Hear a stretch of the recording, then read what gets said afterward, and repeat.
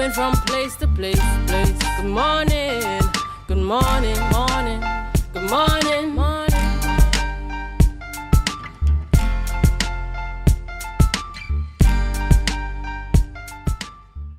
Good morning, viewers, and welcome to the Tobago Updates morning show, coming to you here live from the Port Mall in Scarborough, Tobago. Good morning, viewers, and welcome to the Tobago Updates morning show, coming to you here live from the Port Mall in Scarborough, Tobago. Yes, viewers, we're just at about 7 a.m. and we're saying it's that time of morning again. As we continue to give God thanks for life, I am Julian Skeet. And I am Maria Richardson George, and this is the day that the Lord has made, and we will rejoice and be glad in it. Good morning to Tobago, good morning Trinidad, those of you viewing in the Caribbean, and those of you on the live. Good Tuesday morning to you. Julian Skeet, how you been? Yes, Tuesday the 13th of June, 2023. I've been good. We're looking on. We're seeing all the happenings. As anticipated, there was a response on the part of the Prime Minister. And sadly, it's heading in the same direction that we had hoped that it would, but we hope for some kind of resolution, so to speak, in the near future to this current outstanding matter of the chief administrator, no chief administrator, and similarly as well now joining the lineup, no permanent secretary within our Tobago space. So we look forward to hearing what the outcome will be. Most definitely. Yeah. All right. So at this point, viewers, we prepare to head on into news in 90 seconds. Thank you so much, Julian and Ria. And here's your news in 90 seconds for Tuesday, the 13th of June. And this is brought to you by Coconut's Cafe at the ground floor of the Port Mall. Prime Minister Dr. Keith Rowley says he would not be held responsible for the THA's lack of a chief administrator. At a press conference yesterday, he explained he was aware of the retirement of THA's chief administrator. He indicated that all the protocols between himself and the chief secretary had been followed in the appointment of a new chief administrator. However, he was unaware that the recommendation replacement was under investigation for alleged fraud. The officer was suspended on the day that the Police Service Commission was supposed to forward correspondences about the chief administrator's replacement. As a result, the process is delayed. Additionally, Minority Leader Kelvon Morris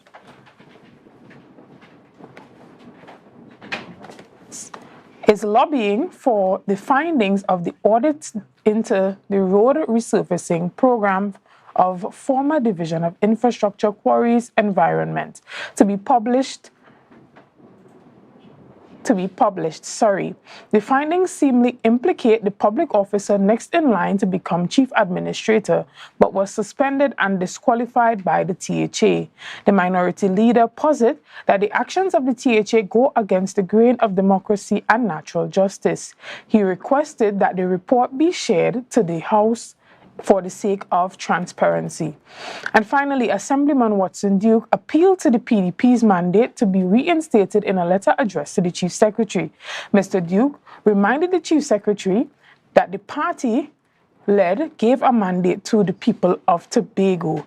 And that was your news in 90 seconds. Back to you, Ria and Julian. Coconut's Cafe, the buffet restaurant that specializes in all your tasty local dishes. For breakfast and for lunch. Breakfast includes coconut bake and sada roti, served with chokers, bull joil, and sausages in tomato sauce. Not forgetting beef and cheese pies, shepherd's pie, macaroni pie, and rice in various styles. Meat served in a variety of flavors, garden salads, and pasta salads.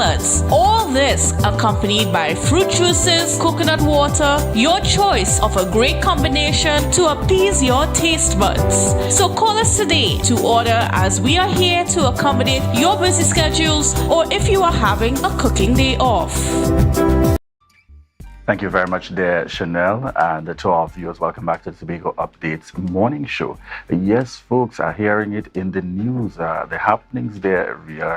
We're hearing from every public official. Now, what's interesting to me as one of the standout areas, very quickly, that I want to mention is the issue of having to wait now on the Public Service Commission, according to the Prime Minister, and that was in his announcements that took place just around 10:30 or 11 a.m.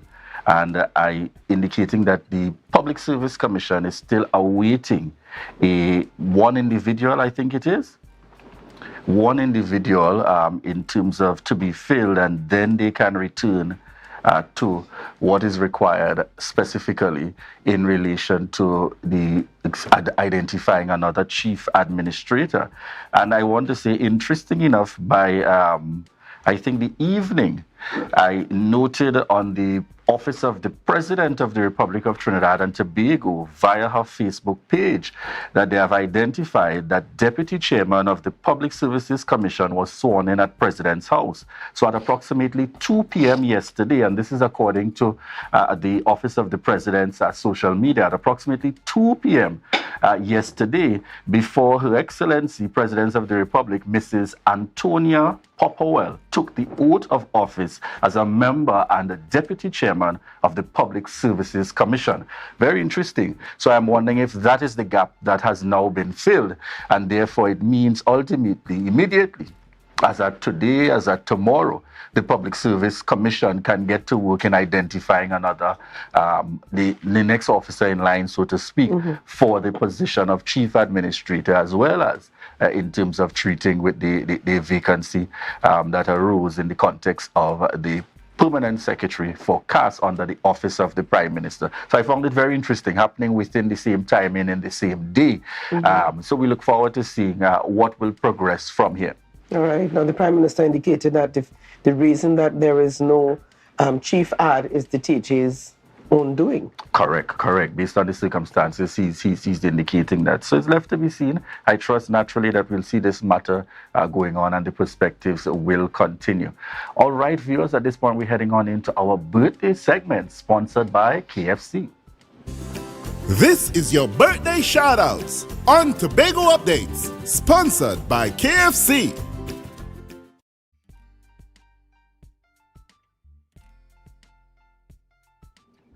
And we start things off this morning celebrating Keisha Allen. Happy birthday going out to you, Keisha, and lots of love from all of us here at Tobago Updates. Big personality. All right, birthday shout out. Junior Moore, it's your day. Wishing you birthday blessings. And this is our guy, our friend, our brother here, Joanzi Libert. Weezy, happy birthday going out to you, and lots of love from the entire crew here at Tobago Updates. On screen, we have Una McNeil, wishing you a happy birthday and indeed continued blessings. Una McNeil. Happy birthday, Auntie Una. And we've got my little sister, let me see, my younger sister and here my celebrating. classmate. Your classmate, that's right. Kimber Gomez, fondly known to the family as CG, celebrating her birthday today. So lots of love going out to you this morning, CG, from Daddy and all your siblings and the family here in Tobago. Love you. Birthday shoutouts on Tobago Updates, sponsored by KFC. From the experts that created the Zinger sandwich comes the KFC Crispy Barbecue Zinger. The only one I see is you. Cheddar cheese, crispy onions, the most delicious Kentucky Fried Chicken, and barbecue sauce. Get ready for a whole new level of flavor. All right, yes, viewers, and welcome back. Just heading out of birthdays day, and I got to pause this morning for a cause. All right, this morning's outfit. You folks, it's graduation season. It's happening somewhere. It's happening everywhere. All right, it's graduation time taking place, and my outfit this morning is courtesy Checkpoint, and that's Checkpoint located at Upper Main Street in Scarborough, 639-5148. Remember to check checkpoint. Ria, it's got a silky kind of touch this morning. It looks fantastic, and I'll tell you, there was an uproar when Julian walked into the studio this morning, viewers. I've got to say, there was that presence. Even amongst the men, they were, in some of these camera tours, a little bit envious of the look this morning. So, you know, really looks really good. Right. As well, Julian, we've got to mention here, we've also got to mention here that Phyllis, who is one of our new sponsors, she's got a special coming up for Father's Day, which is coming up this weekend. So you can call Phyllis, and again, she's got the whole touch for fathers. You can call her. The numbers are 610-3871, 479-4285, and there's a special coming up for fathers on the Friday, which is Friday coming. The pedicure, the drinks, the food, the everything, just catering to fathers. Excellent, excellent indeed. All right. And this morning on the rundown, we get started with Venery Cupid, founder of Movement Professionals Dance Company. And in case you're not sure and you're wondering, who is that entity? Fondly known as M-Pros, all right? We look forward to our upcoming discussions with Venery Cupid as we speak to the Tobago dance community in jeopardy. That's right, and then we continue this morning chatting with Anne-Marie Degazo. In fact, Assemblyman Terence Beans is going to be on the program with us, Anne-Marie Degazo and Lee Rowley, and it's all about the youth development.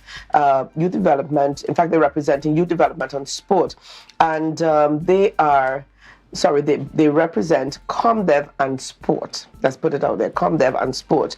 And this morning we're going to be chatting about Spark, which is the singular point of access to reignite change. They will tell us more about it. All right. We'll also be chatting with George Stanley Beard, former Assemblyman of the Tobago House of Assembly. And certainly at this time, we continue to remember Dr. Jeff Davidson, serving as chairman within the Tobago House of Assembly, passed at the age of 95. So we are taking that opportunity to pause, to remember and to celebrate the life of Dr. Jeff Davidson. All right. So that's the lineup here this morning. Very quickly, we are going to get on to our live here this morning. Angel Stars, Daniel Hodge, Terry Trinidad in the mix this morning. Good morning to you, sir.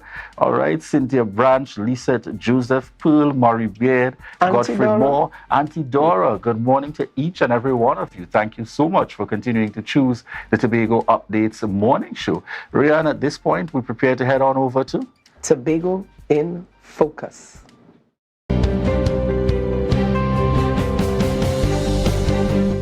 Mediation is used as an alternative to litigation through the use of an impartial moderator and communication and negotiation techniques. The Division of Health, Wellness and Social Protection established its mediation unit in 2009 and has steadily expanded. The unit, equipped with 2 certified mediators, has since settled several matters, including landlord and tenant issues, merchant-customer disputes, property and land, parenting, and even issues regarding the running of traditional susus. Assistant Coordinator at the Mediation Unit, Carol Spencer Edwards, further explains. We deal with family and relationship disputes, neighborhood conflicts, community disputes, juvenile conflicts. So the range of issues are there, and as I said, we try to offer persons that option as against going to the court. Ms. Spencer Edwards revealed a high success rate between 70 and 75%, noting that a large part of the unit's success lies with the process, as persons are allowed to speak freely in a safe and comfortable environment. Quite often the issues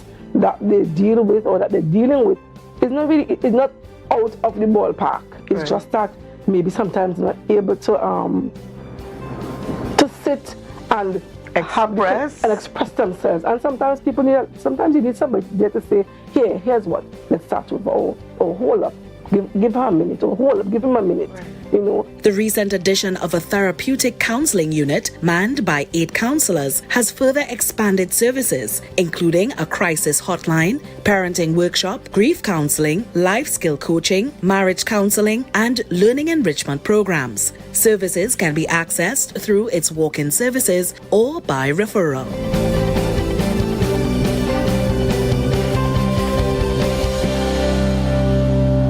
Good Morning, viewers, and welcome back to the Tobago Updates morning show, coming to you here live from the Port Mall in Scarborough, Tobago. We're just at about 7:14 a.m. this morning, and in this segment, we have on set with us Venerick Cupid, founder of M-Pros, and we're speaking to the issue of Tobago dance community in jeopardy. Good morning to you and welcome. Good morning. Thank you so much for having me.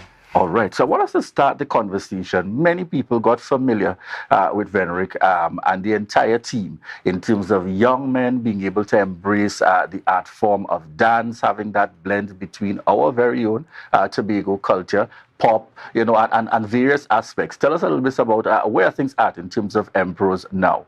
Right now, M-Pros is currently trying our best to motivate the younger generation going forward, because we realize that as much as we are established on the island and as much love we would have gotten throughout the years dancing, it doesn't mean much if we cannot motivate and encourage the next generation coming up. So that is where our focus currently lies right now. All right. We've seen that you've noted some concerns, specifically looking at the Tobago dance community in jeopardy. Yeah. Tell us a little bit about these concerns. The dance community in Tobago is currently, what's the best word to use? Dysfunctional. It's toxic. It's horrible. And I'm saying this not only being somebody who has been a part of the dance community for over a decade, but for someone who has been considered as an outsider, because we have what we like to call a somewhat dance mafia, right? And I know it sounds a bit extreme, but that is the best term to really call it. And the dance mafia currently is not currently, that has kind of always been their mandate, as sort of creating a level of separation. And that sort of separation is what is breaking apart the dance community currently on the island.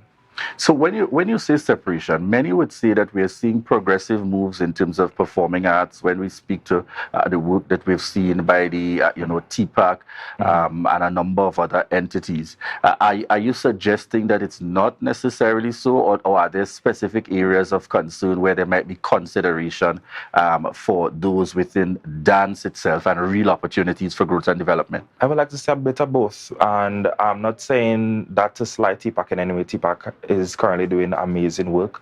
I believe that Mr. Jared Primer is also a part of TPAC, and he would have played a huge role in actually grooming my dancers to be at the level that they are today. But when I say that, I mean that outside of TPAC, what real dance opportunities are there outside of TPAC?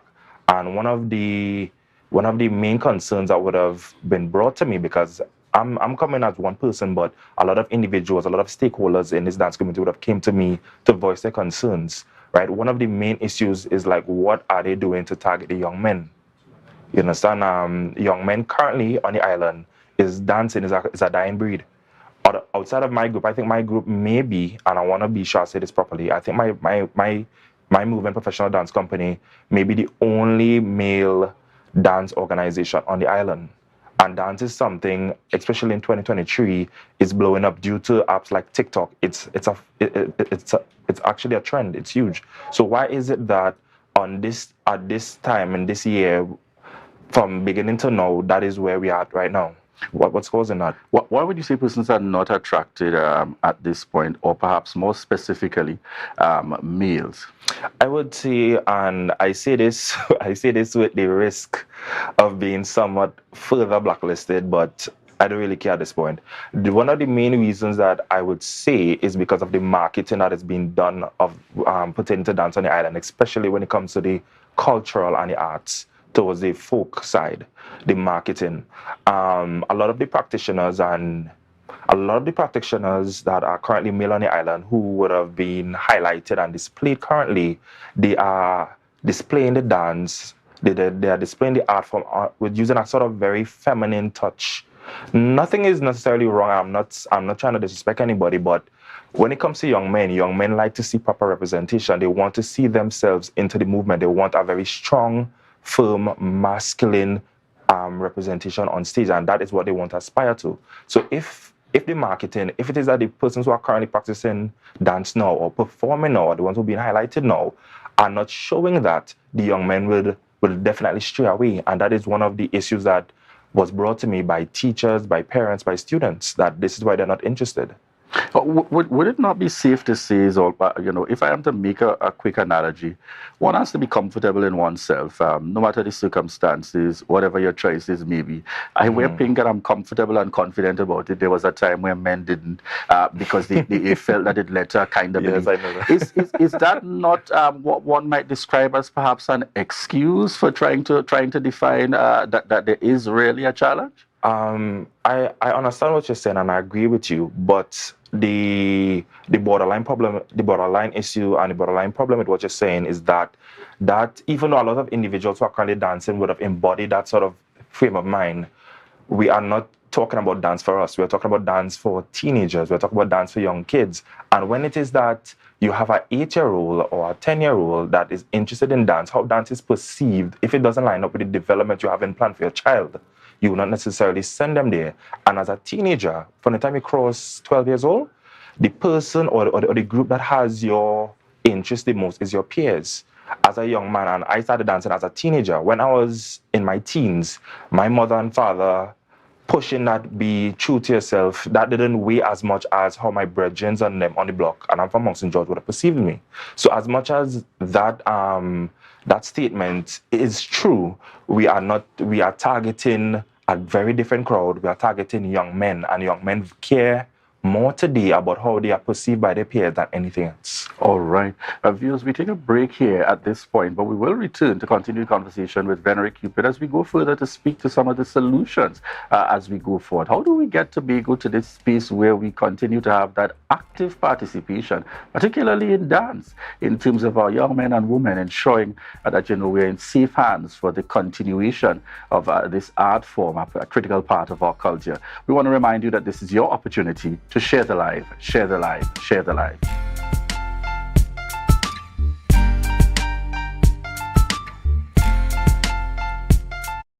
Hey, you buy a gift for daddy, has it? I didn't think so. You could come into Authentic Builders right here in Tobago Local Road, right? And you can get discounts on power tools, so daddy. If not, you can get fame as well.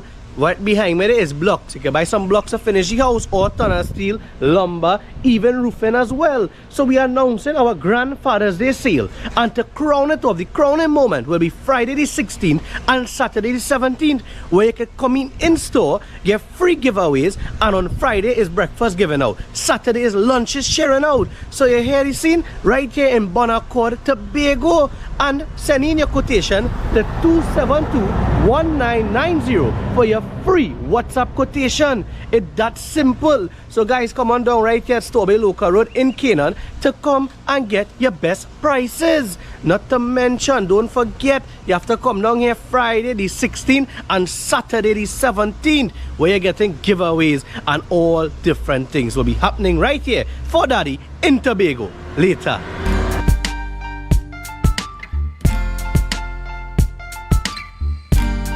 Put a smile on your face when you're moving from. Good morning, viewers, and welcome back. We're at 7:22 a.m. Welcome back to the Tobago Updates morning show, coming to you here live from the Port Paul in Scarborough, Tobago.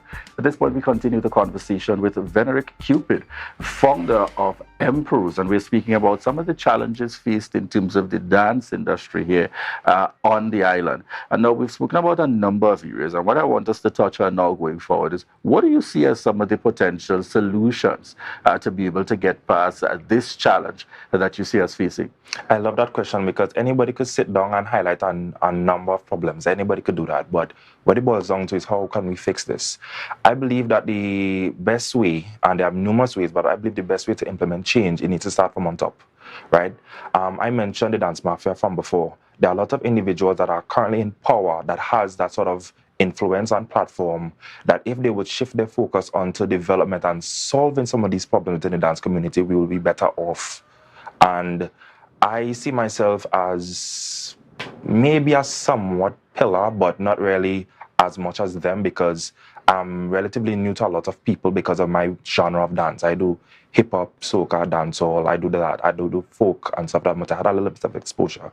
But the individuals and them that are currently in the position of power, if they look down and try to deal with the issues on the ground level, we'll be a lot better for today. Because despite what they may think, everything is not all good and well. It is really, really bad whether it is that we have students that could come to me and say, hey, I'm interested in learning how to dance, I'm interested in this, but I know that the dance space is toxic. Why isn't the dance space welcoming? And I could tell you, when I just started dancing, and even up to today, to some point, the dance space is not welcoming. So I believe that all of the stakeholders could probably have another stakeholder meeting where it is that we sort of flush out the bad air, the blood. It have a little too much of favoritism. You have too much of, well, that is my family, so they can get this sort of preference. It have too much of opportunities that was supposed to be for Tobagonians that they brought in Trinidadians to fill it, and Tobagonians just supposed to take it. I've heard these and more. So we really need to have a space where we could air this out, because we are dying. And if we as a people lose our culture, we lose ourselves. And that is something that I know a lot of people would just prefer to just ignore it and say, well, you know what, I don't want to deal with these people, they're toxic. But I'm somebody, I truly care. Dance has taken me from a youth man on the block that used to be a lineman on the block every day to the World Hip Hop Championships due to the support of the Tobago people. So I'm very passionate, I'm very grateful, I'm very thankful, and I want to do my part to help anybody, any young man that wants to dance, want to display themselves in that way, but want to do it proudly. I want you to tell us as well, I know you spoke to the powers that be, and of course the first entity that comes to mind in the circumstances from a governmental perspective is the Tobago Performing Arts Company. Have you taken the time out to meet with the relevant officers there, to have this kind of engagement as to recommendations coming from someone who is involved in the dance art form, but you are not necessarily directly associated with? I love the question. Recently, I think 2 weeks back, across the floor dance company had their dance production in Shore Park, and I attended, and I was actually in lengthy conversation with Mr. Jared Primer, and I believe, I'm not too sure, but I believe he's the one that is currently holding down TPAC, right? And we were talking about this very same topic, and he was a breath of fresh air, and I could still see that even at this stage, he is concerned about the development of his boys, because we would have learned from Mr. Primer. And what I can see on that is that even within the ranks of TPAC, and I want to say this very carefully, there are some practitioners in there that sort of benefit from the mafia's hold, and the respect that dancers should have, even they themselves being dancers, is not there. Some of them are smug, some of them believe that they have a level of pretentiousness, some of them believe in a superiority complex, and whether they realize it or not, other dancers pick up on this, and that is one of the main reasons why other dancers will kind of tend to stay away from anything that they are touching, because you make us feel uncomfortable. I could call over 20 names right now, but I'm not going to do that. I could go over 20 names right now that would have told me the same thing without even me asking them. You all make us feel uncomfortable, and it's more in the folk, in the African space, that sort of mafia, that sort of clique, that in-clique. And I know some people a lot of people on my side is tuning on the live, probably laughing, saying, oh my God, keep it saying this, but the clique, you all may be not aware, but you all are pushing a level of separation that is killing the passion of those who are currently on the island. I know dancers to this day that would have stopped dancing because of the way how you all would have treated them, right? And I want to let you all know that whether or not you're dancing folk, you're dancing African, you're dancing hip-hop, you're dancing soca, we all perform for Tobago, and there need to be a level of respect across the board. All right. We want to thank you very much. We're just out of time there, Venerick Cupid, the founder of Emperors, bringing us information here, concerns with regards to dance, as well as recommendations in terms of moving things forward. And we really look forward to the continued growth and development of groups and organizations similar to that to Emperors and a number of the other dance companies operating here on the island, that you can certainly continue to encourage our young persons. And I want to also say Emperors also has its responsibility to ensure that you continue to mold and to groom our younger persons in terms of coming up the line. So thank you so much for joining us here. Thank you for having me, man. It's been an honor. this morning. Venery Cupid, founder of Emperor's Movement Professionals Dance Company. All right, viewers, at this point, we prepare to head on out to a break. Coming up in our next segment, we will be speaking with Secretary, Assemblyman Pastor Terence Baines, Anne-Marie Degazon, and Lee Rowley as we speak to a Spark singular point of access to reignite change. So we look forward to those upcoming discussions here on the Tobago Updates morning show. And at this point, remind you that this is your opportunity to share the live, share the live, share the live.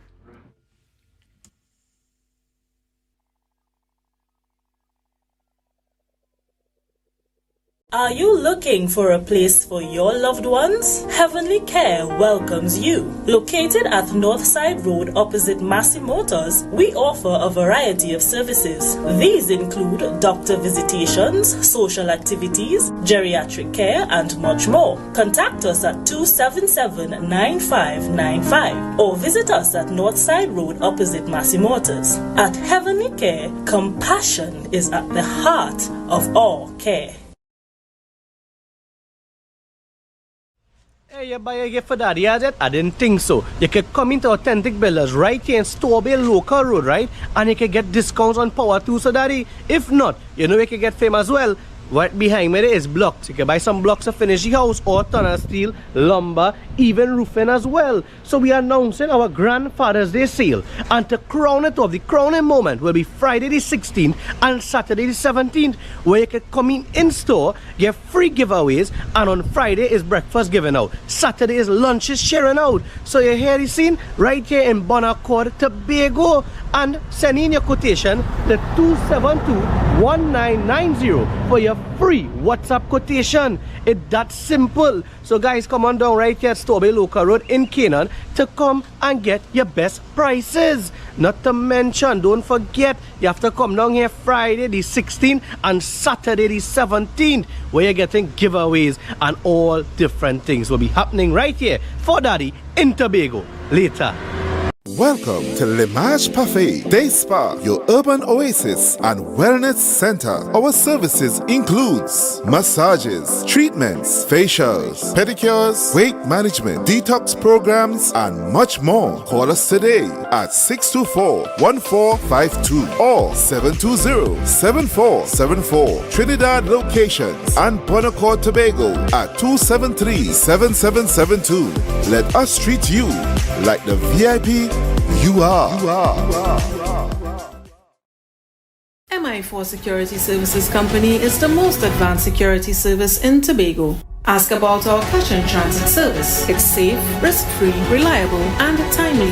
We provide safe banking delivery for all business types and sizes with highly trained staff, 24/7 monitoring, coordinated emergency response, and a well-maintained fleet of armored vehicles. Contact us at 660-7723 or visit our website at www.mi4securitytt.com to sign up today.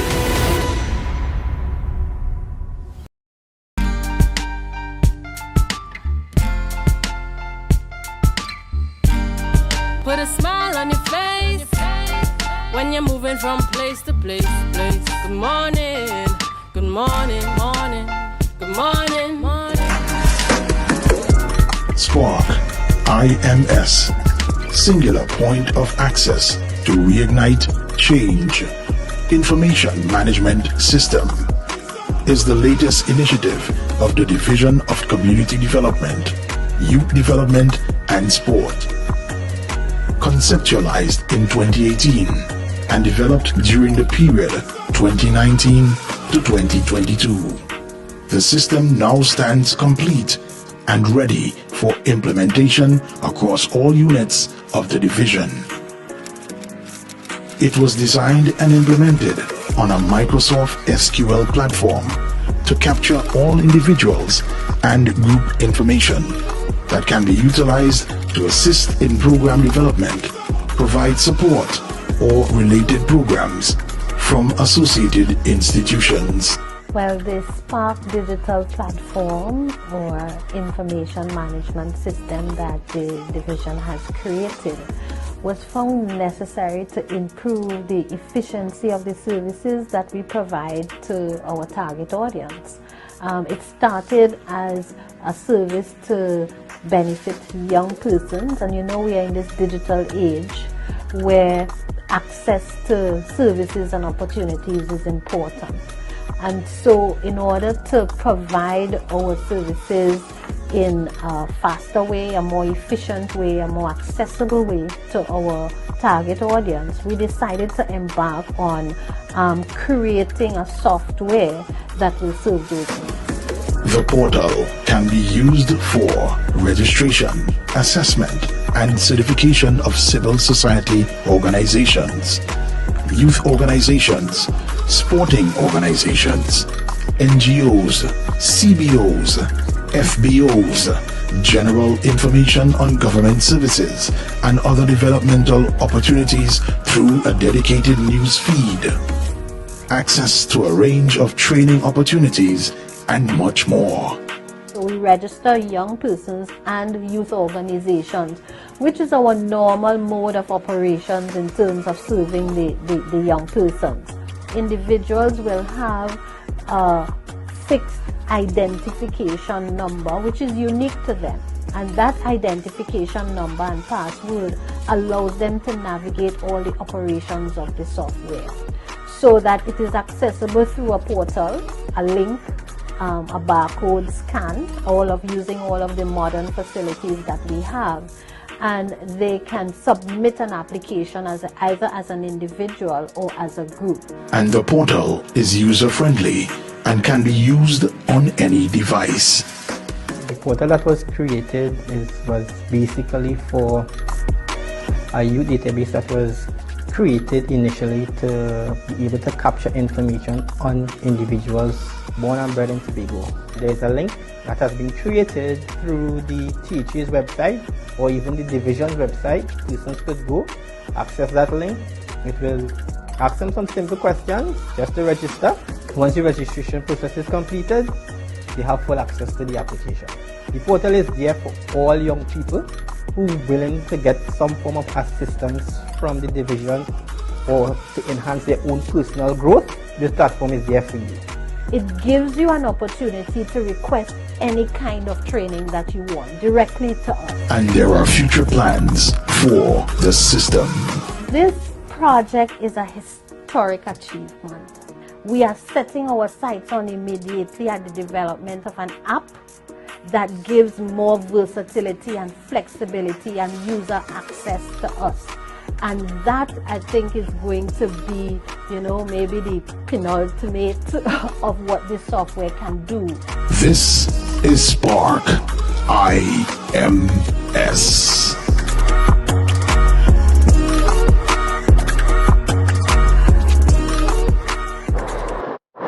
Viewers, welcome back this morning to the Tobago Updates Morning Show. This morning we are chatting with Assemblyman Terence Bean, Secretary for the Division of Community Development, Youth Development and Sport. Along with him this morning we are chatting with Anne-Marie Degazor, Youth Development Director for ComDev and Sport.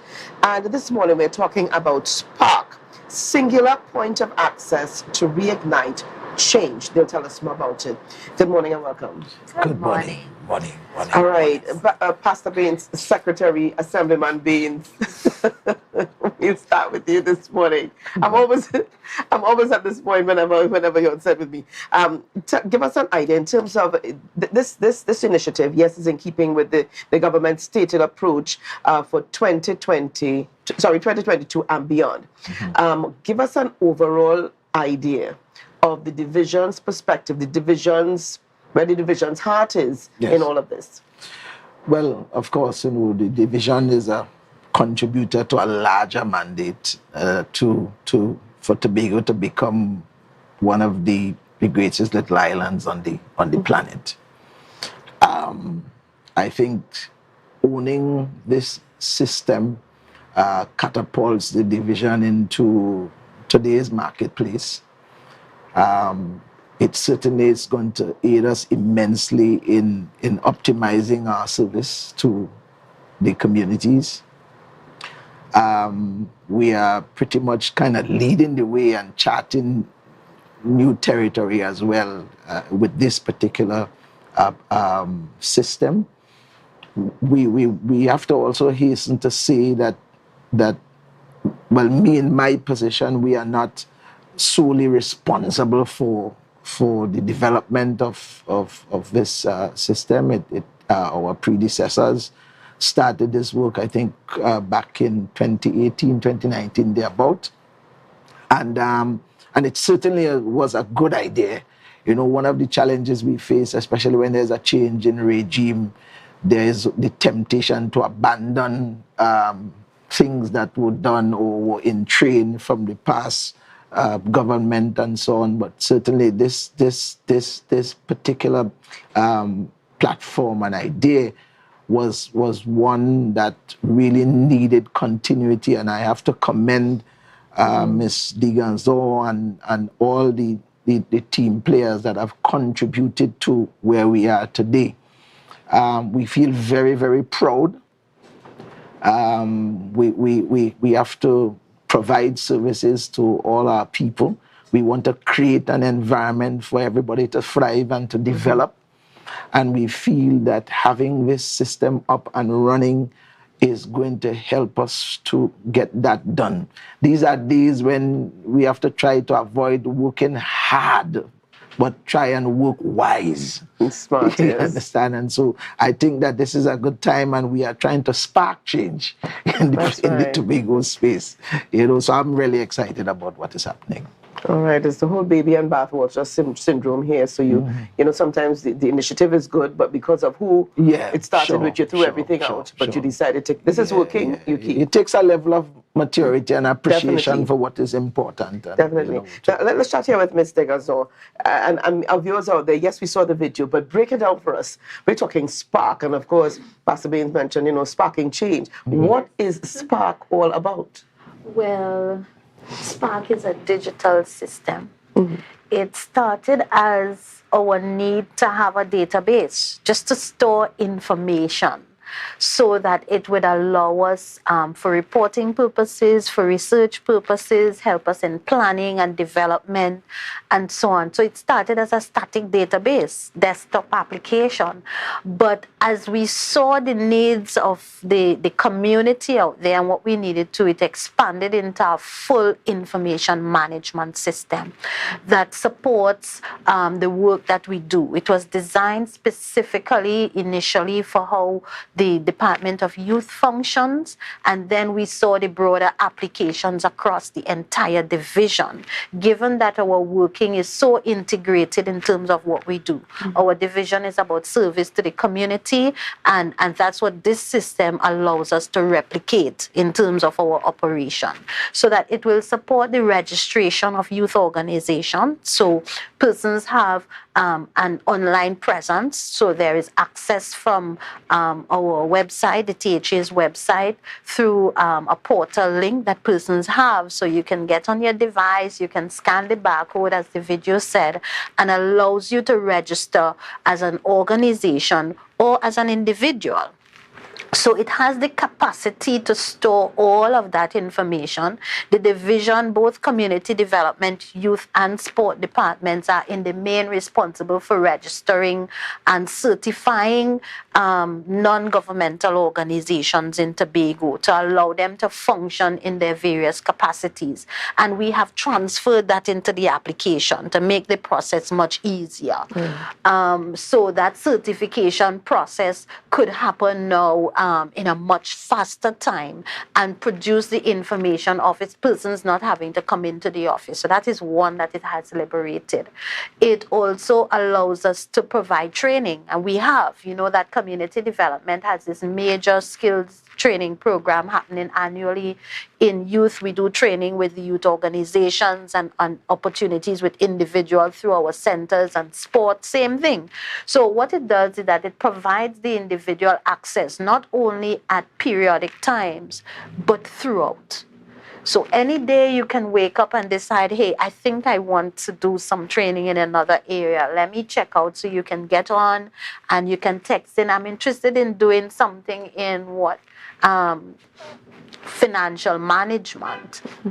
Where can I get it? So I can get on Spark because I'm registered already, and I can send in a message saying, I'm looking for training, I want to do some training in financial management, and an officer will respond almost immediately. And that's why we say it's a singular point of access. It's you to us.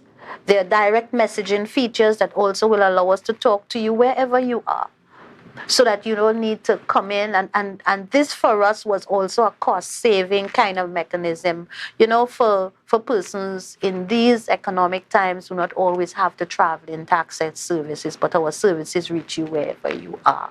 And there are several other features of the software, and it is all designed to improve the efficiency within which we can serve you and the reach that persons have to the division. But you indicated here that we can reach you wherever we are. Persons outside of Trinidad and Tobago, can they access Spark from outside of Trinidad and Tobago? Most certainly, so that they can register. And this might be, when you think of it, that's a powerful thing, because we know that a lot of Tobago resides outside.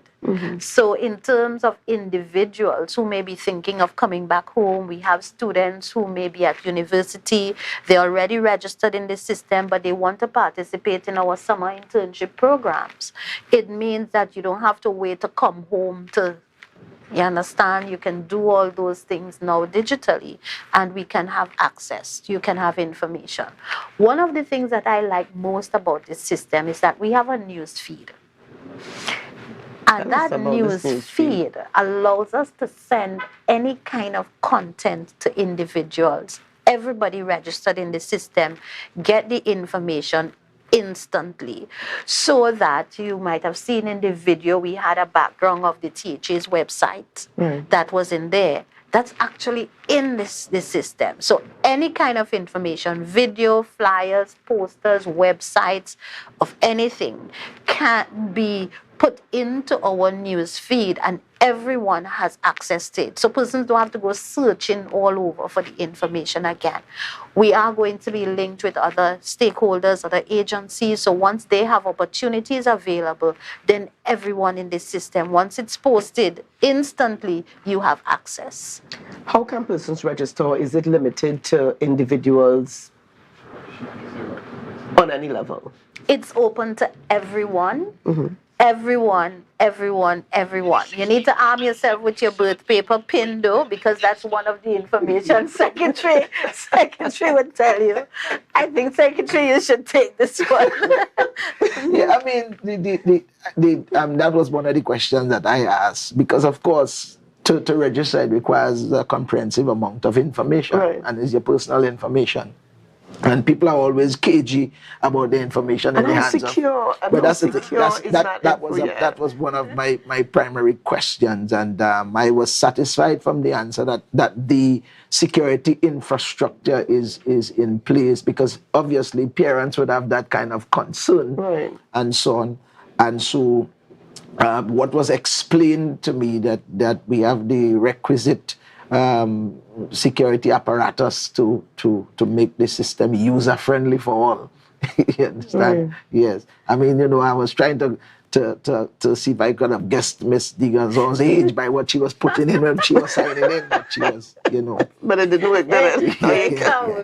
I mean, we have invested quite a lot of time. Our developer and our developer design technology, Mr. Richie Ali, as manager of that company, and they would have taken a lot of time to make sure that we have all the modern security features in there. But critical to that is that the division owns this software. It means that the data is resident on our servers. It's not open access. There are no third party, access to it. Any access that we grant is going to be on our permission, and then the rights and the responsibilities to those things and the agreements that we will have are going to be all very tight in terms of sharing of the information. So we are pretty satisfied that the data is secure, and we are really encouraging persons to take the opportunity to register so that you can have access. Okay, now you did indicate earlier on that it's open to everyone. Considering the fact that it's a lot of personal information going out there, what about those? I mean, is it 18 and over? Is it under 18? Because I'm thinking here that as a parent, I wouldn't want my 15-year-old's information out there. Well, it's much, and when you say out there, I would want to correct that, because it's not out there. It's in our database, and that is critical. And it's much the same way as you apply for your ID card. Okay. Or you apply for your driver's license, and they will ask you information about your name, your address, your where you live, your ID, your birth paper PIN is a standard across the board. And it was important so that we identify you as an individual. And that eliminates opportunities for any fraudulent transaction. Nobody can come and pretend to be Ria, because we can identify this individual as being Ria. Yes. The system will not accept duplicate. So if anybody has come and tried to register as you, it's going to flag it. And then there's not a real. So that, I mean, the notion of, and that is exactly what we're saying, that is not happening. Your information is not out there. Your information is resident here, and it is protected by all of the security features that we have. All right. Well, thank you very much. Now, how can persons access, very quickly here, because my director's in my ear, he said we're out of time, but how can persons, in fact, how can persons get more information on Spark, the Spark system? Well, it's online already. You can visit the THA's website. The links are going to be shared in the video. Once you have it, then you get on. You register, and then you have open access. You can contact the division too at 639-4818, extension 2007, extension 2023. Just call the division 3008, and I'm giving you all of the director's extensions. The yellow pages. Call the division. You want further information, but visit the THA's website, and you will see the access there, and you just register, and you're in. Yeah. It's Thank a you so simple, much. singular access to reignite change. We are at the borders of digitization and taking us global. Thank you so much for being with us this morning. It was a pleasure indeed. So we all sparking. Yes. I guess this is good sparking. We're sparking. All right. So thank you again for being with us. Viewers, lots more coming up this morning on the Tobago Updates Morning Show. In fact, coming up just after the break, we will be chatting with George Stanley Beard, former assemblyman of the THA. And we're going to be going down memory lane as we remember Dr. Jeff Davidson, who passed away just a few days ago, former Chief Secretary. Join us just after the break. Share the live, share the live, share the live.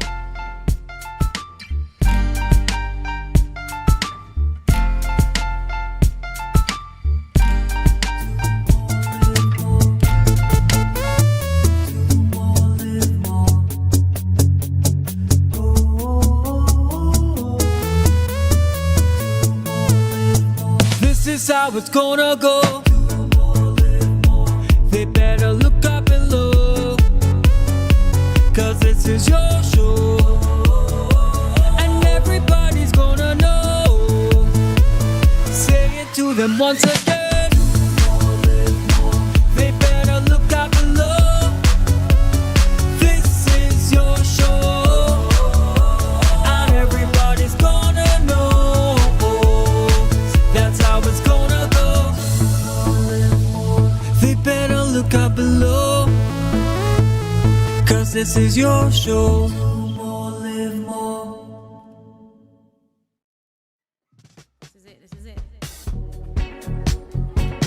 Excel Spa by Haley, where our highly trained staff are ready to deliver the top-class services in facial massages, waxing, nail enhancement, and body treatment.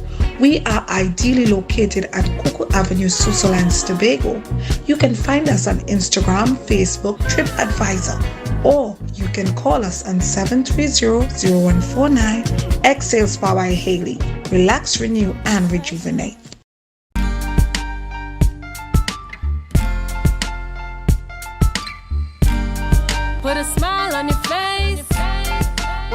moving from place to place. Good morning, viewers, and welcome back to the Tobago Updates Morning Show. Coming to you here live from the Port Mall in Scarborough, Tobago. Online with us in this segment, we chat with George Stanley Beard, as I would call him, Uncle Stanley, former assemblyman to the Tobago House of Assembly. And this morning we're speaking about remembering Dr. Jeff Davidson. You know, I forgive me for saying I would, but I know many would probably know him in Tobago. Correction there, as Auntie Lorette would say. Uncle That's Stanley, right. good morning and welcome. Good morning, my brother. I'm Tabia also. Good morning. It's good to see you there, Uncle George Stanley Beard. So we get the conversation started. Tell us a little bit, for those who may be too young to remember, what portfolio did you hold within the Tobago House of Assembly that allowed you that kind of connection or interaction or to learn from Dr. Jeff Davidson? Well, I entered the Assembly in 1984 and they made me the Assistant Secretary for Tourism, Environment, and Information. And I worked with J.D. Elder, I worked with A.N.R. Robinson at that point in time. And by 86, when A.N.R. Robinson went on to be the Prime Minister, they made me a full secretary in 1986. And that is the whole kettle as I speak. Experience, particularly working with Dr. Jeff Davidson. If my information is correct, he took over as a chairman after Anna Robinson would have proceeded on to become Prime Minister of Trinidad and Tobago. Tell us a little bit about that working experience with him then as a chairman. It was an exciting time. I was about 31 years old, a youngster. And joining the DAC was easy because the DAC allowed you to express yourselves, to bring new vision into politics. And Jeff Davidson was exactly that. I call him a visionary. He was a beautiful exemplar. He's somebody who I will never forget. And we, as time went on, became very, very close in the families, Davidson and Beards.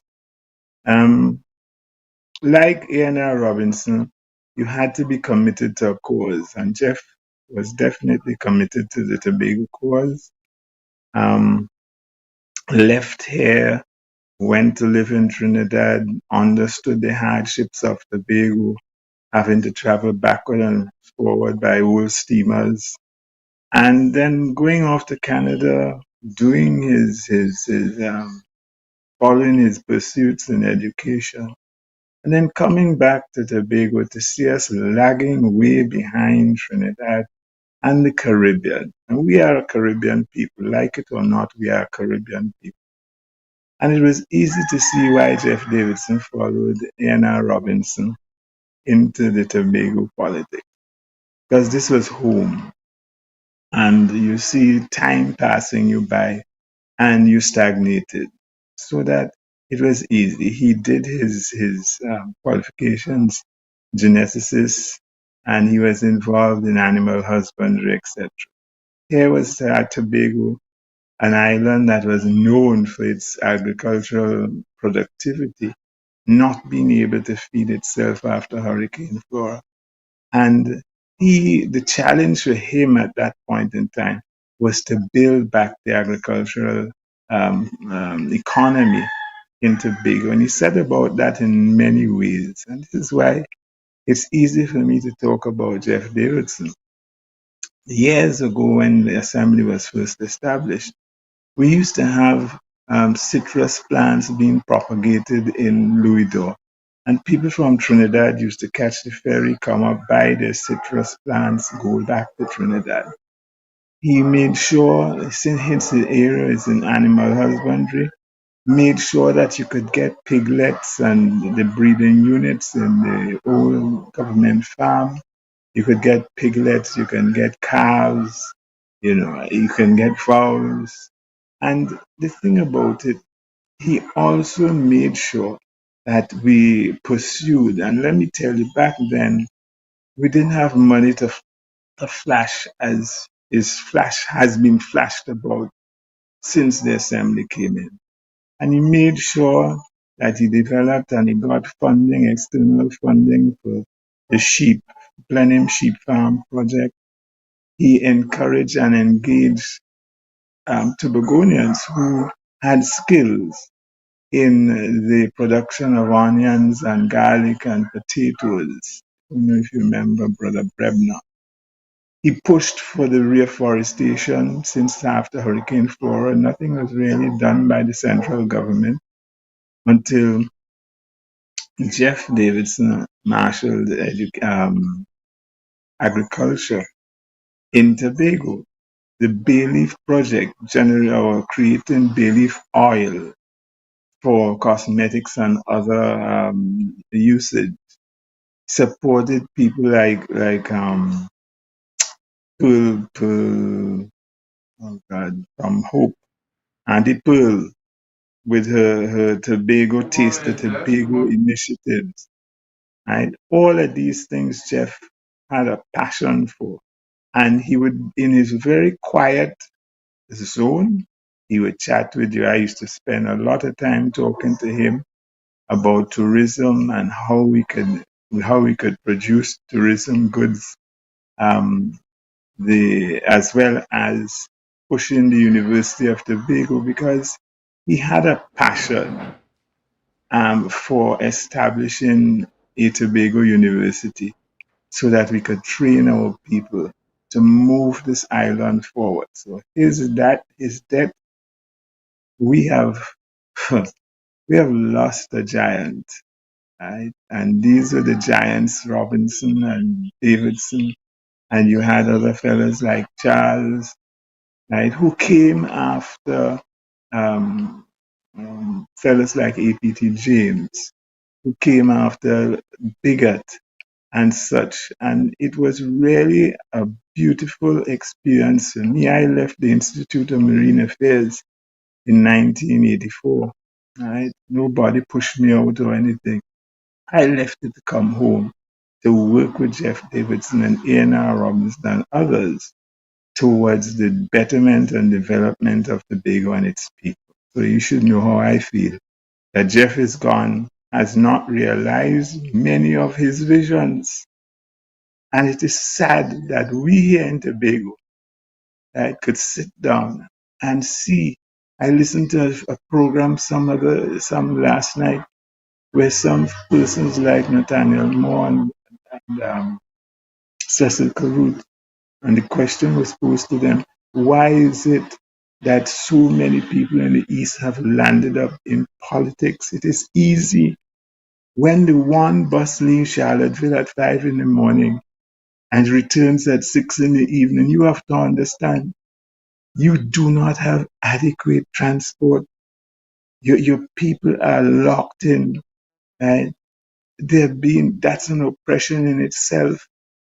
So when you got out there, that was an impetus to make sure that you were successful at whatever you did. You couldn't go back to Charlottesville being a failure. And that's the momentum that Tobago needs to now get back and to grow. That needs to be the fuel to push Tobagonians. In his writings, Jeff Davidson talks about either getting autonomy, greater autonomy for Tobago, or look at independence. And that is how he, very quietly in his corner, but sound in his thinking. And unless we, and I'm going to say we, younger persons in Tobago, although some have said we are the dinosaurs, but we're not dinosaurs. We have learned so much from the dinosaurs about life and living. The present generation politicians need to get their act together. We have a lot to transfer. That is technological transfer.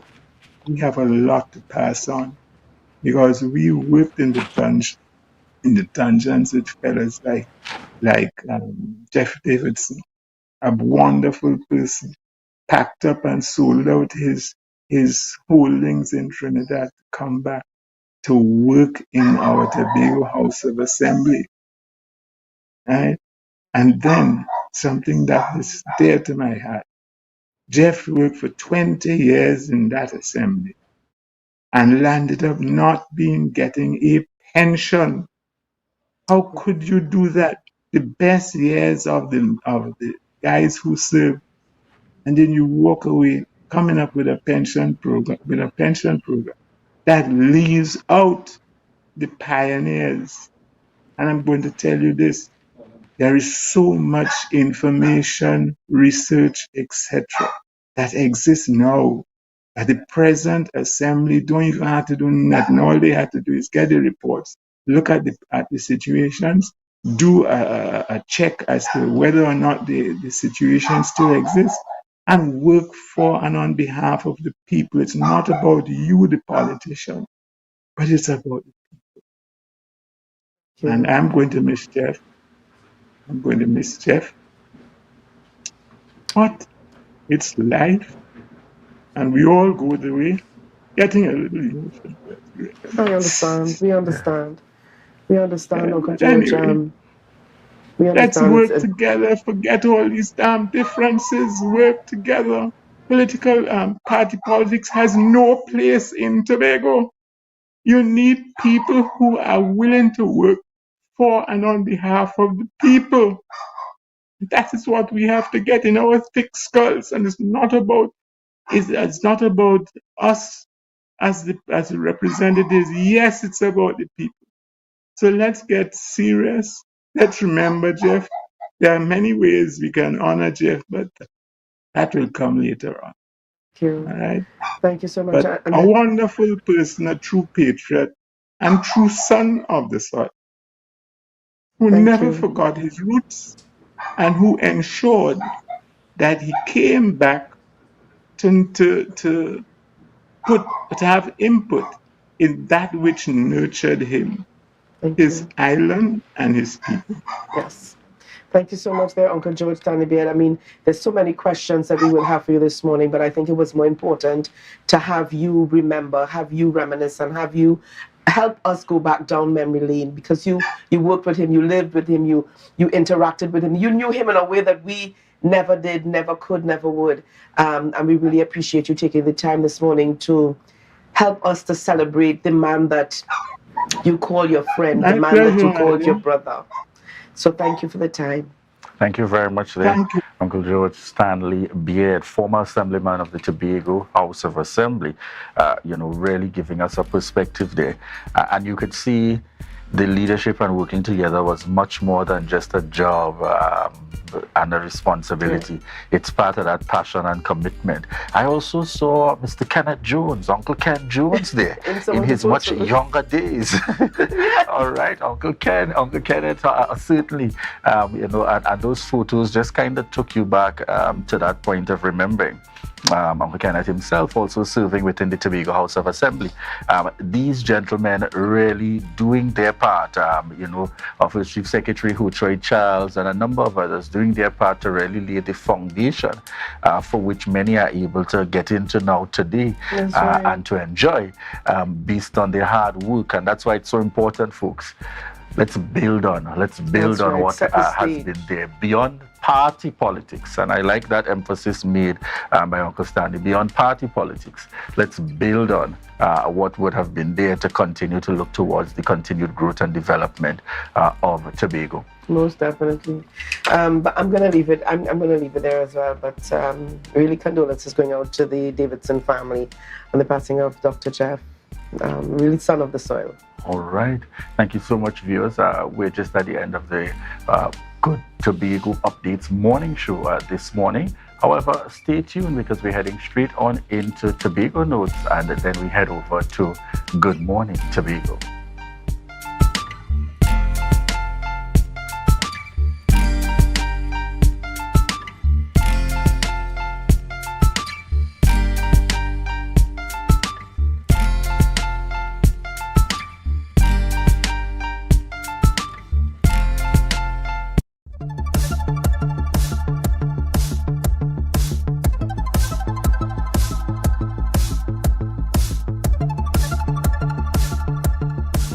Welcome, welcome to this historical occasion.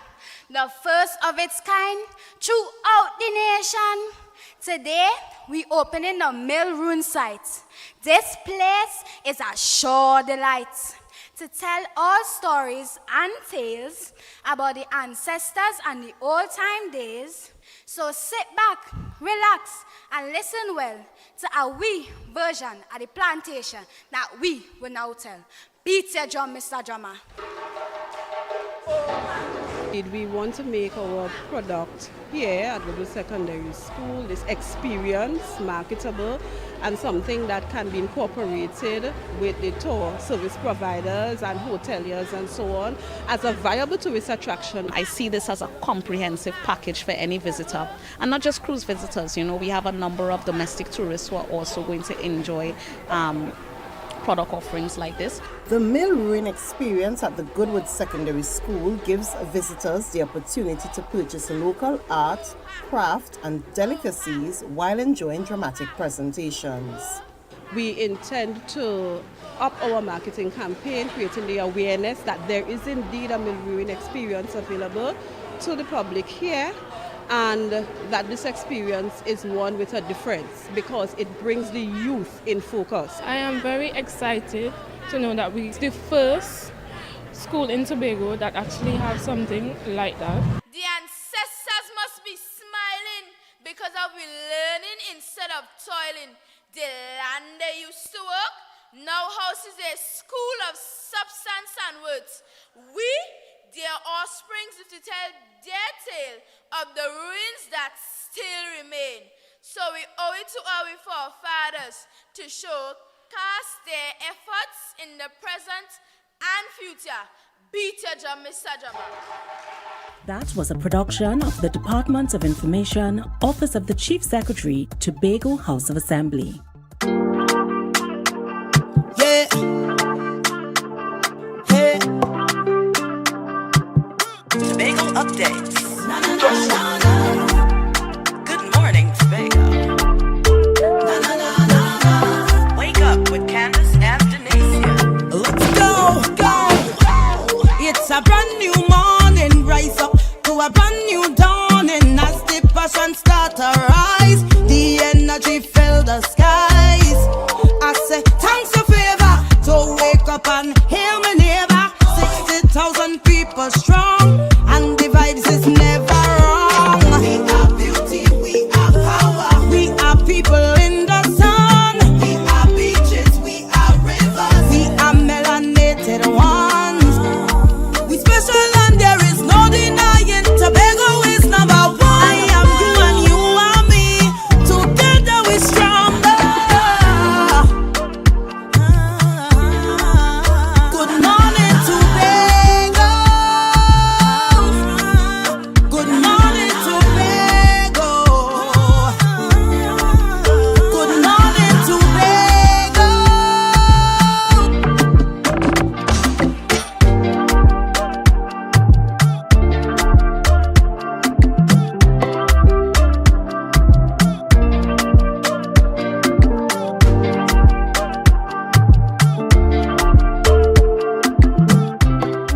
Good morning, and welcome to Good Morning Tobago right here on Tobago Updates, guys. You know what? Whenever you see me sitting here, it's because we're about to have those conversations that you want to have, and I'm going to ask those questions that you want asked. Now, this morning, before we kick off our discussion, we're going to get into our news in 90 seconds. So, as you guys may have already heard from our earlier session, the Prime Minister, Dr. Keith Rowley, says he will not be held responsible for the THA's lack of a chief administrator. At a press conference yesterday, he explained that he was unaware of the retirement of the THA's chief administrator. He indicated that all protocols between himself and the Chief Secretary had been followed in the appointment of a new Chief Administrator.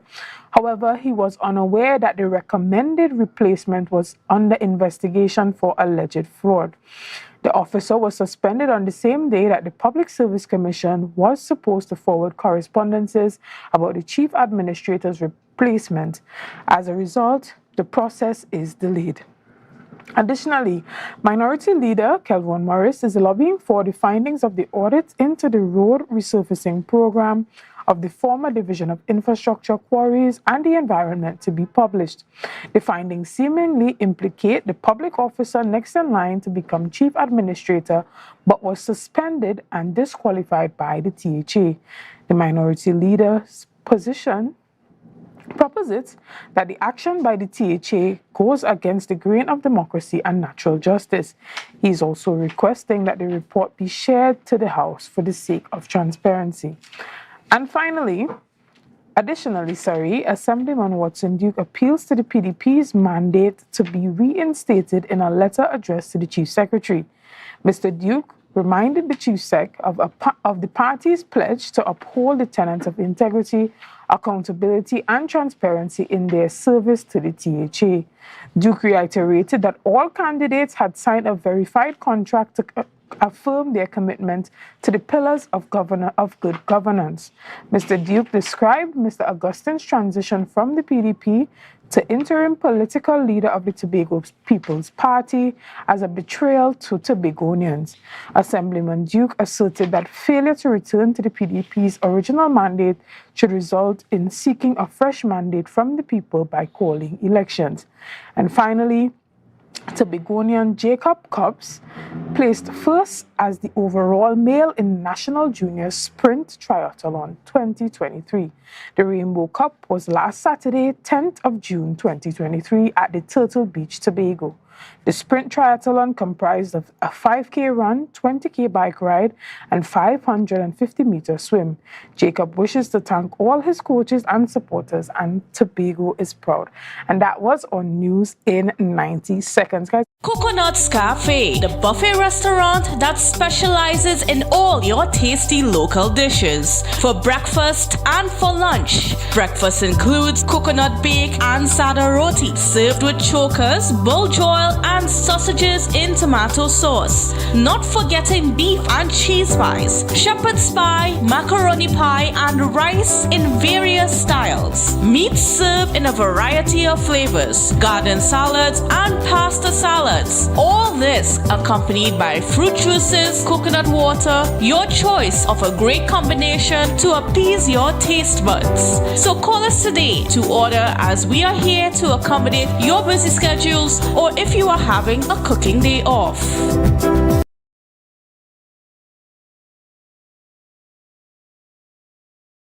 We're discussing a topic that has been extremely prevalent in the media, and that is the topic of the fact that Tobago currently does not have a chief administrator. And this morning I'm chatting with a very popular face to my morning show, Mr. Max James. Good morning, sir. How are you doing? I'm very fine. Thank you for having me. No, thank you for coming. So before we start off our conversation, we're going to get into a clip of Dr. Fates yesterday speaking on the matter, and we'll get into it. So let me explain what has actually happened. As far as I am aware, the former chief administrator, her last day of duty was the 17th of last month. The 17th of last month, that was May. As required, she actually wrote to the Service Commission indicating, as in a month before that, indicating, hey guys, remember I am going off in a month. I must go off in a month because I have come to the age where I am retired, so I legally cannot function beyond this day. So that happened. That letter was sent from the chief administrator on the 17th of April to the PS, to the Prime Minister. And I'm looking at my phone because I want to make sure I get the dates correctly so that we don't misrepresent anything.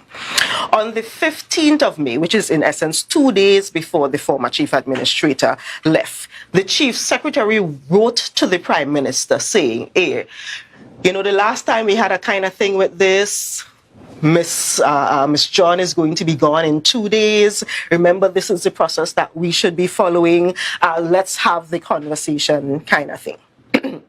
On that correspondence was sent, and silence.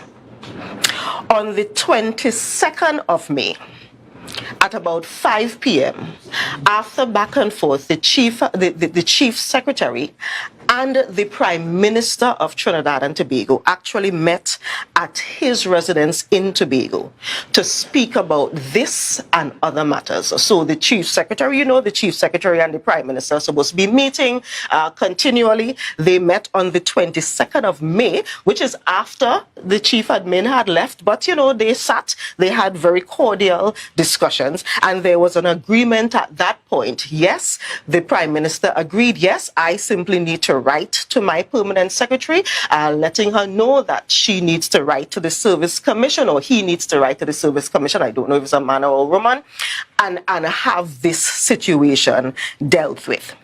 Again, on the 29th of May, the Chief Secretary communicated with the Prime Minister saying, hey, remember we had this conversation a couple days ago. We are still without a Chief Administrator. What is going on? And at that point, the Prime Minister gave the commitment that he would actually do what is necessary, and to do that on the 31st of May, because the day after that, the 30th, was a holiday. So we are now to the end of May. On Tuesday, the 5th of June, the Chief Secretary again communicated with the Prime Minister on the matter. And finally, on Friday, one of the things that he was actually working on was actually having a pre-action protocol letter sent to the Public Service Commission indicating, okay, this has gone too far now. We now have a dire situation on our hands. It is now your responsibility to ensure that Tobago's highest accounting officer is appointed. So that is what has happened. The Chief Secretary, at every point that is normal, has indicated to the Prime Minister on multiple occasions that this is what needs to happen. We got commitment that this is what would happen, but we are here again this morning. Maybe, I am hoping that after this morning's interview at 8 a.m., I come off of this interview and we recognize that, yes, a Chief Administrator has been appointed and everything is fine. But as of yesterday, that had not happened. So we saw. Okay, and that was our public response on the matter from Dr. Faith B. Israel, who is the Deputy Chief Secretary. Now, one of the questions that a lot of persons are asking, which I know is not one that you can answer, is why is Dr. Faith really being the voice on this situation as opposed to the Chief Secretary, who we have not heard from in regards to this? But as we get into it, do you want to share any of your thoughts on the fact that we're currently operating without a Chief Administrator? Well, let me deal, good morning to the viewers. Let me deal with the easy part first. And the easy part is the question prior to this one that you asked. Why is the Deputy Chief Secretary speaking? Let us remind the public and the Prime Minister that the Tobago House of Assembly Act caters by law for a Deputy Chief Secretary. And the creators of the Act understood that on any particular day, the Chief Secretary can perhaps have a fever, he can be sick, and he can be out of the country. And automatically, the Deputy Chief Secretary would function. In Trinidad, it's quite different, where you have to go to the president and a whole long sort of rituals that have to take place. So, by law, the Deputy Chief Secretary can speak for the Chief Secretary. I don't know why the Prime Minister is making it to be that our Chief Secretary is absent without leave, and he's making muddying the waters and creating more bacchanal and propaganda in the place. The law says, in the event that the Chief Secretary is unavailable, then the Deputy Chief Secretary can function. He can call the Deputy Chief Secretary and say, Deputy Chief Secretary, can you hold on for me, or can you take this news conference? There's absolutely nothing wrong with that approach. The law caters for it. And I think the Prime Minister must stop sowing the seeds of chaos and propaganda in the society. The Chief Secretary has done nothing wrong. He's acted totally within the law, and he is able to exercise that particular option if he chooses to. That answered that question. In respect of the appointment of the chief administrator, why the Prime Minister is the person that takes that matter to the Service Commission. He gains that power based on Section 121 of the Constitution, which reads, "A person shall not be appointed to an office in which subsection 3 applies if the Prime Minister signifies to the Public Service Commission his objection to the appointment of that person to that office." Further on, power to make appointments on transfer to the following offices shall vest in the Prime Minister. So we have a lot of history to discuss. Now, the Chief Administrator is at the same level of a Permanent Secretary.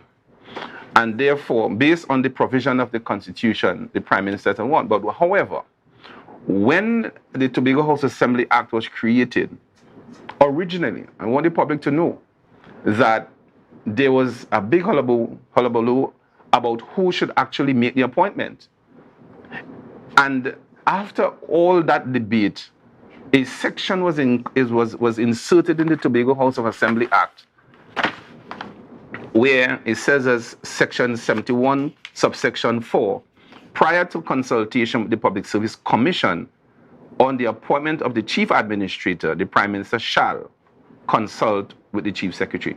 Now, we have this whole thing about consultation can mean, well, I just call you and we talk, and that's it. In the Tobago sense, it's quite different because when you go to Act number 8 of 1988, it says there shall be a public service for Tobago. So Tobago has its own public service. It says, and changing the definition of the word public officer and inserting a new definition, one in the service of the government of Trinidad or of the Tobago House of Assembly. It's a little known act, and we need to look at it a little bit more closely. That is where the Assembly derives its power in the Constitution, or Section 4 of the Constitution. So that we have a situation where, and the Prime Minister needs to observe the history and to go with the tradition. In like manner, where the Prime Minister can refuse a particular person with whom he has to work at the level of a Permanent Secretary, the Chief Secretary also has that latitude and power and determination so he can decide rather, I don't want this particular person, because the Prime Minister can say, I'm sending you someone from Trinidad to be your chief administration. You see what happens there? It means the Prime Minister can ostensibly control what happens in the Assembly. So there was a revolt against the particular section here in Section 71, where it was included that you must consult with the Chief Secretary. The reason why? The Chief Secretary must be in a position to determine who he or she wants to work with. And that has been the situation for a very long time. It is since Keith Rowley took over as Prime Minister, we're having these problems. Because he wants to determine who should work with the Chief Secretary. Chief Secretary, that option must remain with the Chief Secretary, so we don't have disturbance in the place. All right, so my question to you is, did you hear the response from the Prime Minister yesterday? Well, yes, I heard it. I have it on my phone. I have his entire 17 minutes discussion on this particular matter. Okay. And he's actually saying that the Chief Secretary is disingenuous. All right, and so what we're going to do, we're going to take a quick break and we're going to come back with the Prime Minister's response and we're going to discuss that a bit. All right? Guys, we're going to take a quick break and see you right after this. Energy fill the skies. I say thanks for favor to wake up and hear my neighbor. 60,000 for that, yeah, I didn't think so. You could come into Authentic Builders right here in Strawberry Local Road, right? And you can get discounts on power too, so daddy. If not, you know you can get fame as well. right behind me there is blocks. You can buy some blocks to finish the house or tunnel steel, lumber, even roofing as well. So we are announcing our Grandfather's Day sale, and to crown it off, the crowning moment will be Friday the 16th and Saturday the 17th, where you can come in store, get free giveaways, and on Friday is breakfast given out. Saturday is lunches sharing out. So you hear the scene right here in Bonaccord, Tobago, and send in your quotation to 272-1990 for your free WhatsApp quotation. It's that simple. So guys, come on down right here at Strawberry Local Road in Canaan to come and get your best prices. Not to mention, don't forget, you have to come down here Friday the 16th and Saturday the 17th, where you're getting giveaways and all different things will be happening right here for Daddy in Tobago. Later.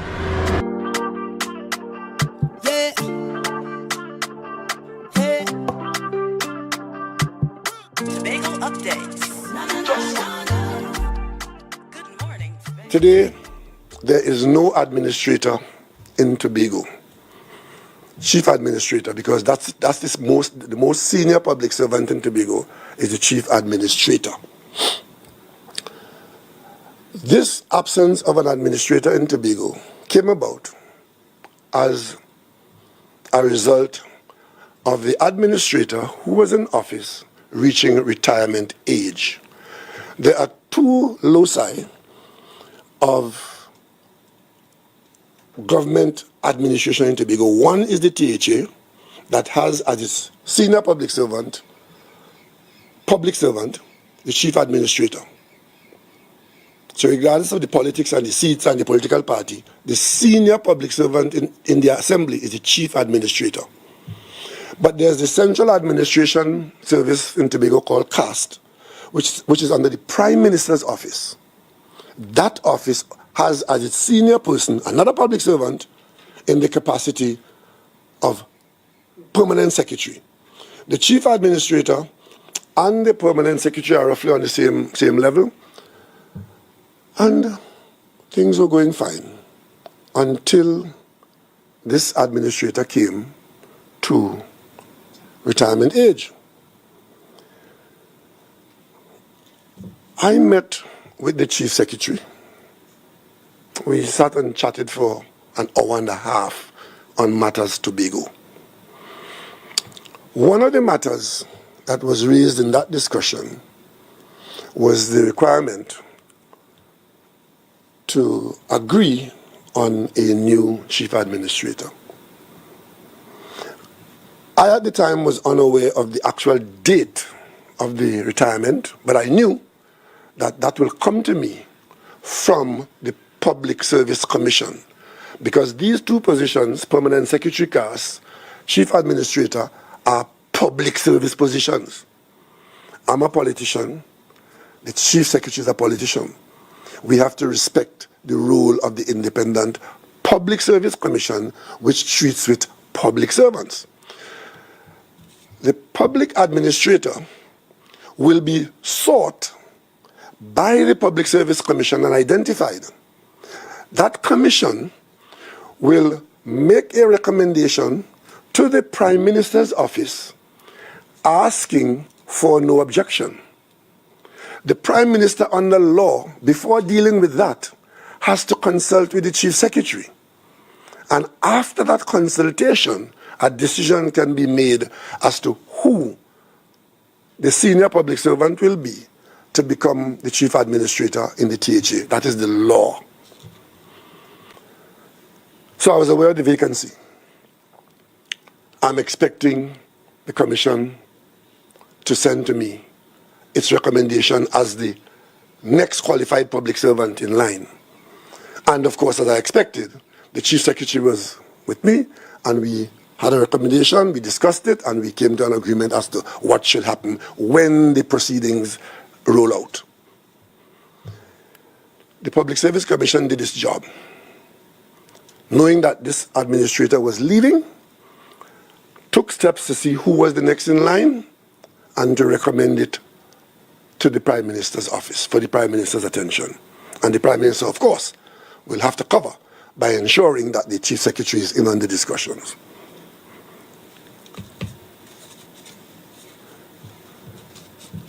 That recommendation got to the permanent secretary in the office of the Prime Minister, but did not get to the Prime Minister.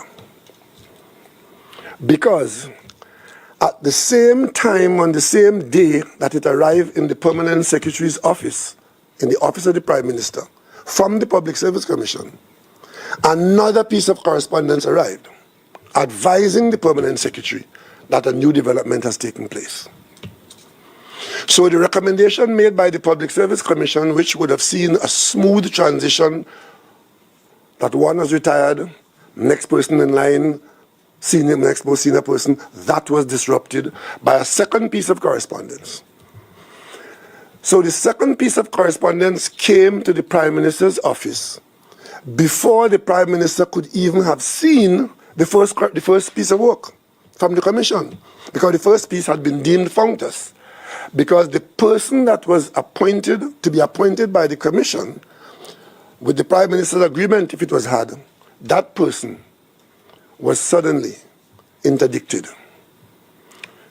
By interdicted, I mean, I'm advised that on the last day of the Chief Administrator going out of office, that office advised the Public Service Commission that the person in line to replace the administrator, not a public servant, who happens to have been at cast in the Prime Minister's office, that person is now to be the subject of allegations of wrongdoing and to be suspended. So the Commission now has no choice but to withdraw the letter which was sent to the Prime Minister's office, which was yet to be seen by the Prime Minister, by advising the Prime Minister's office that a withdrawal has taken place of so-and-so person, and that the process now has to start over with the Public Service Commission looking for the next person in line. And of course, the process of commission to Prime Minister to Chief Secretary would have to take place before an administrator could be had. Excellent. So, guys, that was just the response from the Prime Minister, Dr. Keith Rowley, made yesterday during his press conference as he addressed the matter of the absence of a chief administrator in Tobago. So, before we went to the break, I asked if you were able to see the response of the Prime Minister, because he made it clear the process that takes place in order to appoint a chief administrator. But he also indicated that while Dr. Faith stated that they still had not gotten a response, that the process was ongoing and recommendations were being made. And a particular recommendation was being made for a particular individual who at the time was the permanent secretary at CAST. Now, we are hearing that before he could have even seen that recommendation, he also received another document that says, okay, the person that was recommended was suspended. Moving forward, there are a number of questions being asked in the public space. One of those questions being, why so close to the appointment was this individual suspended? Or why was it so close to the demitting office did the chief administrator at the time, being Ms. Etlin John, decide to write at such a late point during her tenure? When she was about to leave, she wrote to the Service Commission indicating that there was a current investigation happening to this individual. There's a lot of questions surrounding that. But what we want to really get down to the bottom of is, could this situation have been avoided had the communication been better between the THA and the central government? Right, and so that's a pertinent question.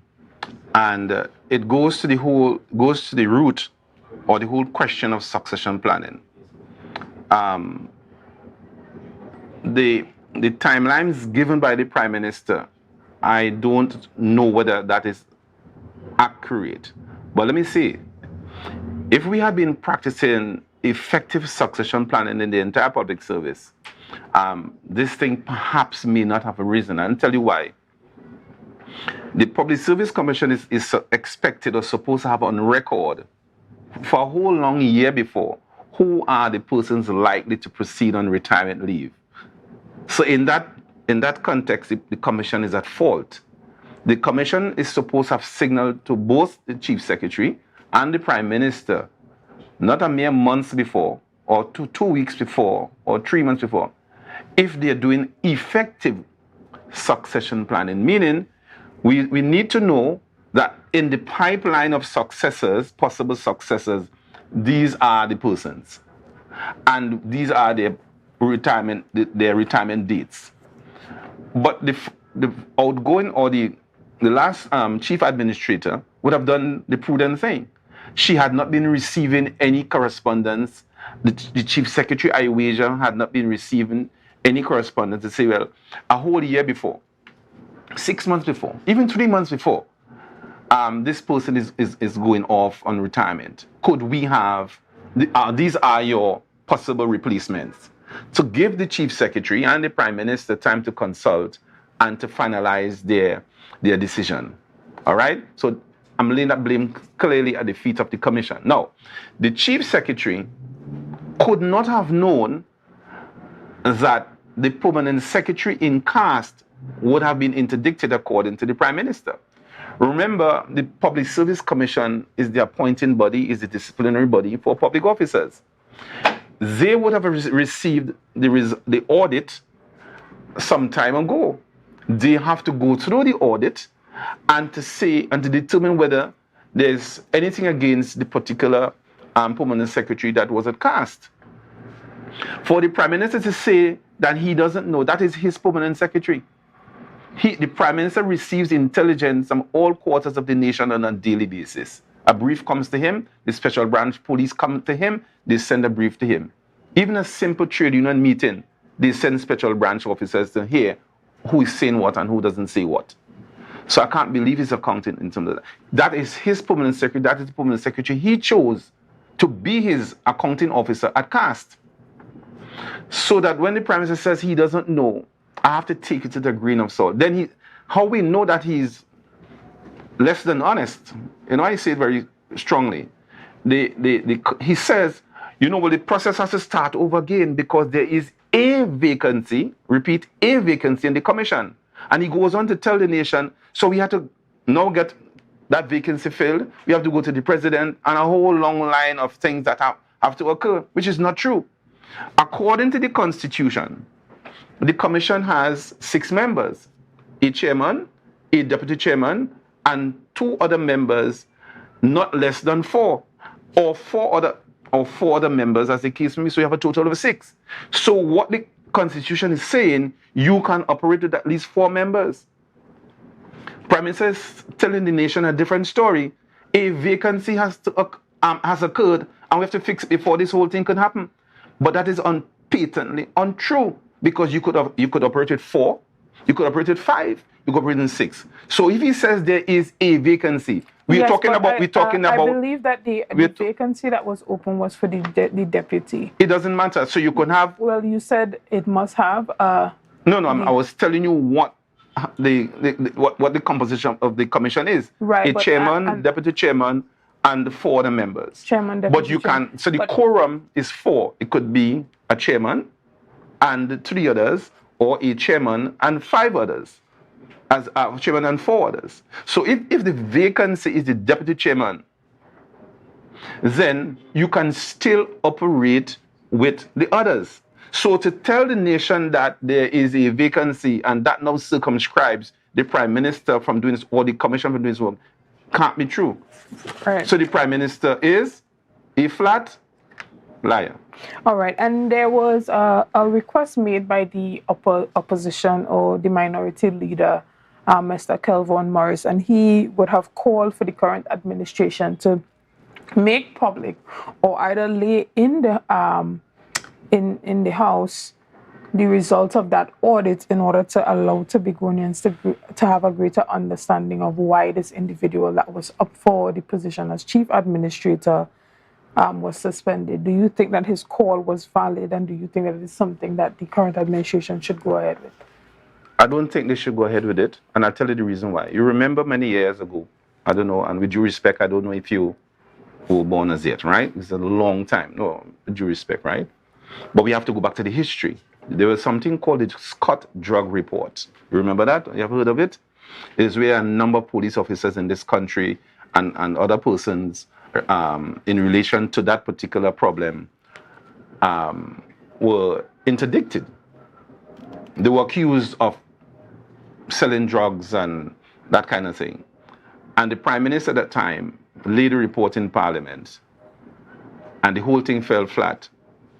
So rather than have to go back to that situation, the legal advice was that you send the report to the Commission and let the Commission decide who has misbehaved or committed an act of fraud or malfeasance in the country. It is for the Commission to determine who is wrong and who is not wrong, who is guilty perhaps and who is not guilty. So that I think the Chief Secretary acted most prudently by sending the results of the audit to the place where it belongs, the Commission that is responsible for the appointment, disappointment, and so on of public officers. So that I think that the Prime Minister should walk back his comments. Don't accuse the Deputy Chief Secretary and his Chief Secretary of any wrongdoing, and to lay the blame at their feet. He knew if the Prime Minister can come to the nation and says he doesn't know what happens in the public service in Tobago, nobody should believe him. He has operatives in the Tobago House of Assembly. He has operatives in the wider public sector, and anything that moves, he knows. He mightn't know the exact day or date, but he will know within a few hours of significant developments that take place in the Tobago public service and Tobago as a whole. He has that intelligence. He's situated at the level of the country where all that intelligence comes to him. So it's very difficult to believe what the Prime Minister says. The person who has been interdicted is or was his own permanent secretary, and he had a duty to know and so forth. So just to clarify one final point, the Chief Secretary could not have told the Prime Minister about the interdiction of the particular permanent secretary, because it was not his duty to do that. It is the Public Service Commission to do that. Prime Minister said that himself. He had to be informed by the Public Service Commission. So when he accuses the Chief Secretary saying, well, we sat for hours and we discussed this matter, but you didn't tell me, so it's your fault. No. Because the Chief Secretary could not determine who was suitable or unsuitable. It is not his role. It is not his duty. It is the Public Service Commission's duty.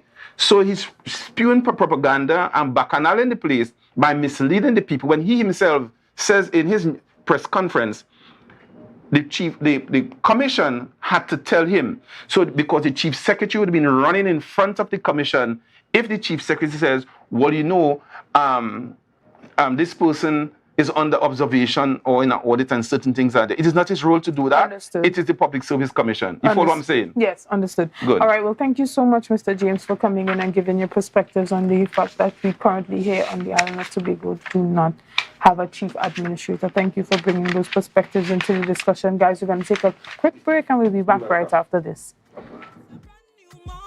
Rise up to a brand new dawning as the passion start to rise. The energy fill the sky. Do more, live more. Do more, live more. Oh. Do more, live more. This is how it's gonna go. Do more, live more. They better look up below, 'cause this is your show. Everybody's gonna know. Say it to them once again. They better look out below. This is your show, and everybody's gonna know. That's how it's gonna go. They better look out below, 'cause this is your show. You buy a gift for that, yeah, I didn't think so. You could come into Authentic Builders right here in Strawberry Local Road, right? And you can get discounts on power tools, so daddy. If not, you know you can get fame as well. right behind me there is blocks. You can buy some blocks to finish the house or tunnel steel, lumber, even roofing as well. So we are announcing our Grandfather's Day sale. And to crown it off, the crowning moment will be Friday the 16th and Saturday the 17th, where you can come in store, get free giveaways, and on Friday is breakfast given out. Saturday is lunch is sharing out. So you hear the scene right here in Bonaccord, Tobago, and send in your quotation to 272-1990 for your free WhatsApp quotation. It's that simple. So guys, come on down right here at Strawberry Local Road in Canaan to come and get your best prices. Not to mention, don't forget, you have to come down here Friday the 16th and Saturday the 17th, where you're getting giveaways and all different things will be happening right here for Daddy in Tobago. Later. Yeah. Hey. Tobago updates. Good morning and welcome back to Good Morning Tobago, guys. And before we proceed, I just want to make it clear that the views expressed by our guests here do not reflect the views of Tobago Updates. We allow for our guests to express themselves and give their perspectives on matters and topics. As a media platform, we are the official arm of the state, which provide information that seeks to educate the population while providing a platform for various stakeholders to air their views on various matters that affect the lives of persons, especially on topics of public interest. So as we move forward this morning, we're going to be talking about what's happening this weekend. And if you know, you know that Father's Day is coming up. And to have that conversation with me this morning, I have Assemblyman Sonny Craig. Good morning, sir. How are you doing? Good morning. Thank you for joining us here. And Assemblyman Sonny Craig is also the Assistant Secretary at the Division of Health, Wellness and Social Protection. And he is having a happy Father's Day competition this weekend. Tell us about it and tell us how persons can enter. Okay, so good morning again to the entire World Wide Web as we press forward. Now, at the Division of Health, Wellness and Social Protection, we seek to do what is necessary to anchor those family ties the way they should be. Because, you know, families determine the future of our societies. And I was reading this morning that the youth in our society are a reflection of what our society could look like in the future. And our youth are directly connected to the kind of parenting. And parenting is hinged so strongly on the role of fathers and husbands in homes. So we want to really assist our men in being the men that they should be in their homes, in their families. And we have this beautiful competition coming up. Maybe I should touch a bit on the prizes first. Okay. Yeah, the third prize for this competition is $1,000 in grocery. And this one comes to us from Penny Savers Supermarket. We must big up Penny Savers at this time. They are part of that. And then the second prize, a spa certificate valued at $500 plus another $2,000 in grocery.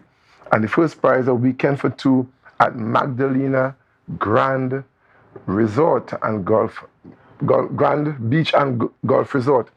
So that promises to be something interesting. And to win these prizes, it's so simple.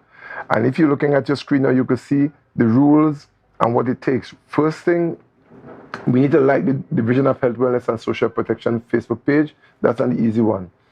In 50 words or less, tell us in the comments below why your dad is dear to you. And the third requirement is to post us a 30-second video, 30-second max, of you and your father or your dad participating in an activity together. Interestingly enough, there was a similar contest for Mother's Day, and one of the winners, her mother actually passed on. But she was able to put together a package that really sold the idea of the importance of motherhood and what her mother meant to her. All right, excellent. And those rules are quite straightforward, guys. Yes. So we can see it's targeted to those social media users. Parents, if you are not into social media, you can have your kids enter on your behalf. Yes. So you see, you just like the page, you tell us about why your dad is important to you, and you put up a quick short video of an activity that you've done with your dad. That's quite straightforward. Yes. Now, Mr. Craig, this is open to the entire Tobago. Yes, it is. It's a Tobago contest. Simply because, you know, we as a Tobago also Assembly, we are gifted with responsibility of looking out for Tobago's business, basically. And we wouldn't redirect resources internationally that could narrow the window of opportunity for somebody who lives on the island to be the winner. We want somebody from Tobago to win the contest. That's basically what it is. So once you're residing in the island, you are free to take part in the contest. All right, excellent. And we're now in June, and the last time we heard of any major activities taking place in your constituents was during the Easter period. That's the last time there was a big activity there. Now, what are you currently doing in that area? Is there any specific Father's Day initiatives that you are taking to engage your constituents? We are still surprisingly in the planning stages. We have handouts to give to particular fathers and so on. Okay. The event will not go unnoticed, definitely in the Bukuman Pleasant area. We are still putting things together. I wouldn't want to let it out as yet. Caught me unawares with that question, so I wouldn't want to let it out as yet, but we are working on something to really make the fathers feel special. All right, and are you aware of most of the needs or the demands of the fathers within your community? What are they? Yes, well, the fathers in my community, especially the young fathers, the unemployment challenge is really widespread across the island. And you know, a lot of young men come to me, they might have 1, 2 children, some 3 children, and they have this challenge of being able to meet the needs because of the unemployment challenge. Our communities are suffering from a combination of negative impacts that have reached our communities. We have coming out of the 2 years of COVID, and you know, a lot is blamed on COVID, but a lot of businesses were unable to continue after COVID, and this led to some strain and more unemployment than we could imagine. And so that's one challenge we have. We have a lot of, most of the challenges I'm noticing are with the young fathers, because that frustration has led many of them into, you know, some of them are now using drugs to kind of sedate themselves and to deal with the challenges of going forward. I think that what I'm seeing is that we need to get more institutions involved in this conversation. The churches need to get involved, because fatherhood is a journey. It's a special journey. Some men run from it. I'm blessed to have had a father who embraced his responsibility big time, you know. Right. But you are also a part of the church. Shouldn't those conversations be conversations that you should already be having? Yes, it's a continuous conversation. In my personal membership, my church, we have a men's ministry that looks out and seeks to educate, and we have a plan coming up where we're inviting the fathers of the community to be a part of our conversation to deal with a lot of the issues facing men at different ages, because you know that the young men would have challenges with basic organization, how they organize their time, their space, and their priorities. The older men would deal with more psychological challenges of waning manhood. You know, sometimes men get to an age where men are so egotistical in some ways that when you meet an age where you can't do a lot of things that you used to do, it could create some measure of depression, some measure of some kind of discouragement. And we're dealing with those matters in those conversations at the church level, but they are not necessarily exclusive to the church. The community is invited to be a part of it. Excellent. And as you finish off your planning for what you are going to do for Father's Day within your community, we hope that goes well. However, tell Tobagonians why it's important for them to partake in the Father's Day competition, and when would it be closing off? When would the entry be closed? Lovely. So this competition puts persons on a spot, for want of a better term, for you to sit down and reflect on what your father means to you, and to be able to orate that, or to be able to put it into a package that is marketable. Now, the contest is one thing, but it's a nice time, as I'm saying, for persons to reflect on the kind of father that they have and to be more appreciative of their father. So what do we have here? Participants from Tobago. I'm trying to touch base with, right. So the contest runs from the 7th to the 15th, and the 15th is upon us. But of course, you don't need to move a mountain to take part. You just need to get your device and get your advisor on board and just shoot out there and be a part of it. All right, excellent, guys. So you heard it here. If you want to be a part of that, you see the first prize. You get, is it a weekend? A weekend for two. A weekend for two at the Magdalena Grand Hotel, and a number of other prizes to go with that. So be sure to take part in it. And guys, you have until the 15th, which is this Thursday, to submit your videos for the competition. So guys, we're going to take a quick break and we'll be back as we continue our conversations this morning. See you soon. The passion start to rise, the energy fill the skies. I say thanks for favor to wake up and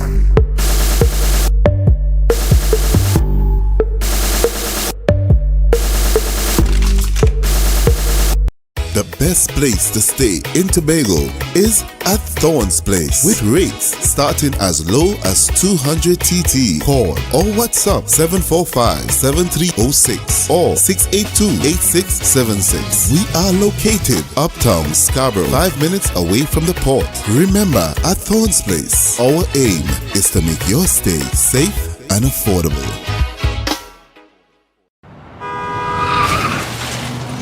Everybody only worrying. Never ever worry. Don't mind how things looking hard. I tell them never ever worry. If your nice car get damaged bad, I tell them never ever worry. What I'm saying is true. So just consider Tatil is always right here for you. I tell them never ever worry. Don't mind if life make you sad. I tell them never ever worry. If your house get flooded out real bad, I tell them never ever worry. What I'm saying is true. So just consider Tatil is always right here for you. I tell them never ever worry. If sickness catch you off guard, I tell them never ever worry. If times fall on you real hard, I tell them never ever worry. What I'm saying is true. So just consider Tatil will always be here for you. Never worry about a thing. Tatil, where people are people.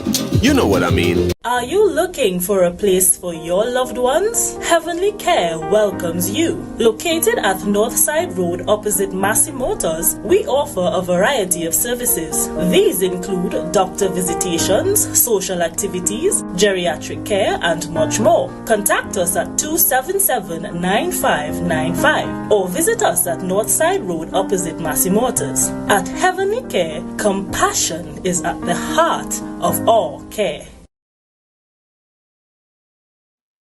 You can now get whatever you need whenever you need it anywhere in Tobago with Tobago. Your meals, medication, groceries, and shopping all delivered directly to you. No more hassle, no more stress. Get the Tobago app today on Google Play or Apple App Store. That's TAPPOGO and let us deliver to you. Check our website at www.tapogo.app or call the experts at 494-TOGO and 484-4746. Tobago. Relax. We will get it to you. Tobago's at your service. If you see or know about a crime, report a crime safely and anonymously. Call 800-TIPS. Help stop crime. You can play your part safely and anonymously. Report a crime. Earn a reward. Call 800-TIPS. Help stop crime. Be a hero. Champion. Fearless citizen. Be a crime stopper safely and anonymously. Call 800-TIPS. Help stop crime. MI4 Security Services Company is the most advanced security service in Tobago. Ask about our cash and transit service. It's safe, risk-free, reliable, and timely. We provide safe banking delivery for all business types and sizes with highly trained staff, 24/7 monitoring, coordinated emergency response, and a well-maintained fleet of armored vehicles. Contact us at 660-7723 or visit our website at www.mi4securitytt.com to sign up today. October will never be better with Tobago Carnival Fever. Book your passage and come on over. Yeah. Hey. Tobago updates. Good morning, and welcome back to Good Morning Tobago right here on Tobago Updates, guys. And as we continue our conversation this morning, I have the privilege of sitting with Mrs. Esther Judith Ali. Good morning, Mrs. Ali. How are you doing? Thank you. Thank you so very much. well. Thank you so much for coming on this morning with us as we briefly chat about the National Spelling and Vocabulary Challenge that's happening really soon, and the launch of the New Wave Math Competition Championship. So we're talking about engaging young persons and education through engagement and fun activities and through competition. Sure. So tell us a bit about when the competition started and why it's important for young persons to be engaged in these type of activities. We started New Wave Maths last year, but before that we had National Spelling and Vocabulary. We did 3 events prior to National Spelling and Vocabulary, which we brought to Tobago in May, and which was a tremendous success, where we took 3 students from Tobago, the best students, and brought them to Trinidad. And they did phenomenally well. Our first prize winner for National Spelling and Vocabulary came from Tobago, who won over $10,000 worth of prizes. Third place is also a student from Tobago who got over $4,500 worth of prizes. All right. The intentions of our competitions is to help to educate the future leaders of the nation. It goes far and wide within Trinidad and in Tobago now, and we are proud to see the participation level is growing. We are bringing maths competition, Palmstar promotions, and Shane sound systems. It's not just Palmstar anymore. It's bringing New Wave Maths to Tobago on the 7th of October. In this, there will be 4 categories. Different types of equations will come forward, mathematical equations that children will need to be mentally prepared for. So it's a mental math competition and a spelling competition. Excellent. And tell us, when did this first kick off? When did this competition first kick off? Spelling kicked off in 2020, and due to COVID, we had to cut back on going forward. And we continued last year with National Spelling in Trinity Mall, which was a big hit. And that was done in July, and in August we did math. Excellent. And what is the target group? What age? We target students from standard 3 to standard 5, 9 to 12 years. Plus, you cannot pass your 13th birthday after the 31st of August of this year. All right. And so tell us, how do you get enrolled? Is it through your school, or as parents you can? Parents can go online to Palmstar Promotions, which is our Facebook page, or through the schools. They can directly register. For example, Signal Hill Government Primary is the top winner. So they went through Miss Devines, the parents and the teachers and the principal met, and they chose their students and they sent them forward. The same thing with Delaford Anglican. They came 3rd within a category. And our categories are standard 3, 4, and 5, and all students receive certificates and medals. The top 3 students will receive gold, silver, respectively, and trophies in their respective categories. Excellent. It seems like the Tobago students are really performing well consecutively. They are, and we were expecting close to 100+ students. We were a little disappointed, but we worked with the number of students that we had, and the children really enjoyed themselves. Beside competition, our sponsors always come forward and give samples and promotional items to these kids. So it gives them more incentive to come out to the competition, but the level of education in Tobago is a very high one, in my experience, seeing the ability of these students, because it was really tough seeing them fight down to get to the first top 3 positions. Excellent. And so Tell me a bit about how the competition runs. Is it that there's a preliminary round in Tobago? And usually we would have preliminary and qualifying in Tobago and bring it to Trinidad on the 7th of October. So far we have gotten the approval from Shaw Park Complex. Please, people, go to Palmstar Promotions Facebook page, register your child or your student on our page. All right, there's a link that says register. That page is going to be active, that part, from tomorrow midnight. Excellent. All right, so on the 7th of October, we are at Shaw Park Cultural The 7th of October? On the 7th of October. But registration closes off on the 15th of July because the number of students and to give children adequate time to prep. We don't want to give people 2 or 3 weeks to prep for a competition in October when school opens around the 6th or the 7th of September. Yes. So it's adequate time for them to prep. What happens is that we reach out to all the schools. If we did not reach out to you directly, please contact us on 471-2604 because there's a lot of schools to cover within Trinidad and Tobago. I'm also hiring folks to come on board and work with us. Folks from Tobago, please, I'm looking to bring on staff from Tobago. Feel free to contact me to work for these events. Okay. Because we would like to build our relationship greater with the folks in Tobago and let them have the experience working with us to educate the future leaders of our nation.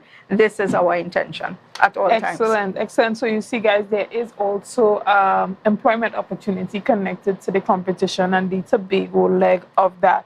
Now, tell parents why it is so important. I mean, outside of the fact that the kids get the exposure, outside of the fact that there are prizes to be won, you know, there's a huge networking opportunity for young persons. Of course, there is. And they get to intermingle with other young students their age from Our Trinidad. intention is to build a relationship with children within their own bracket so they can grow older together and learn from each other. Not just Trinidad students, but Trinidad and Tobago students that have that relation. All right? Yes. In Tobago, for the preliminary this time, it's going to be preliminary, qualifying, and grand in one day. So I'm not taking students to Trinidad, but there will still be a link between the schools at some point. I'm preparing children in Trinidad and Tobago for competition for 2025, where I will have an inter-island spelling competition, spelling and vocabulary. The difference between Palmstar and other companies will do a spelling, we do spelling and vocabulary. And then later on, we will work on to a math mental in 2026 inter-island. So if you have a child who is in standard 3, start grooming them now with us and within their circle to keep going for higher. Okay, well, guys, you heard it here. Palmstar is really kicking up the competition among young persons from standard 3 straight up to the standard 5. A lot of prizes to be won. We have vocabulary and we have mathematics as well. This is something that you really want your kids to partake in. You know, not just to win, but just to give them that level of exposure that is needed, you know, academically. The joy you should see in these children, because Jean Thomas, who won from Signal Hill Government Primary, held on to me for life. He was so happy, he was so elated. And yes, I really won, and yes, I really won. And it is a joy to see these children come to Trinidad, do so well, and I want them to do well within their peers here. So please, folks, do not hold back your children, either be student or child. Enter them into this competition. The certificate of participation goes a long way, and it is between Palmstar Promotions and Shane Sound Systems who have combined to give these children this exposure. Right, that they will grow and get stronger and have more confidence in themselves as they go off to high school. Excellent. Guys, you heard it here. So be sure to go to the website, palmstar.com. Palmstar Promotions. Facebook page, and to call me on 471-2604. That's the information, guys. So make sure you are a part of that. Get your kids registered. Again, thank you so much for joining us this morning. That is the end. Unfortunately, that's all the time we have for this morning, guys. Thank you for joining us. Thank you for your likes, shares, and comments. And thank you for making Tobago Updates the #1 broadcasting station on the island of Tobago. Guys, enjoy the rest of your day. Thank you. So wake up and hear me neighbor. 60,000 people strong.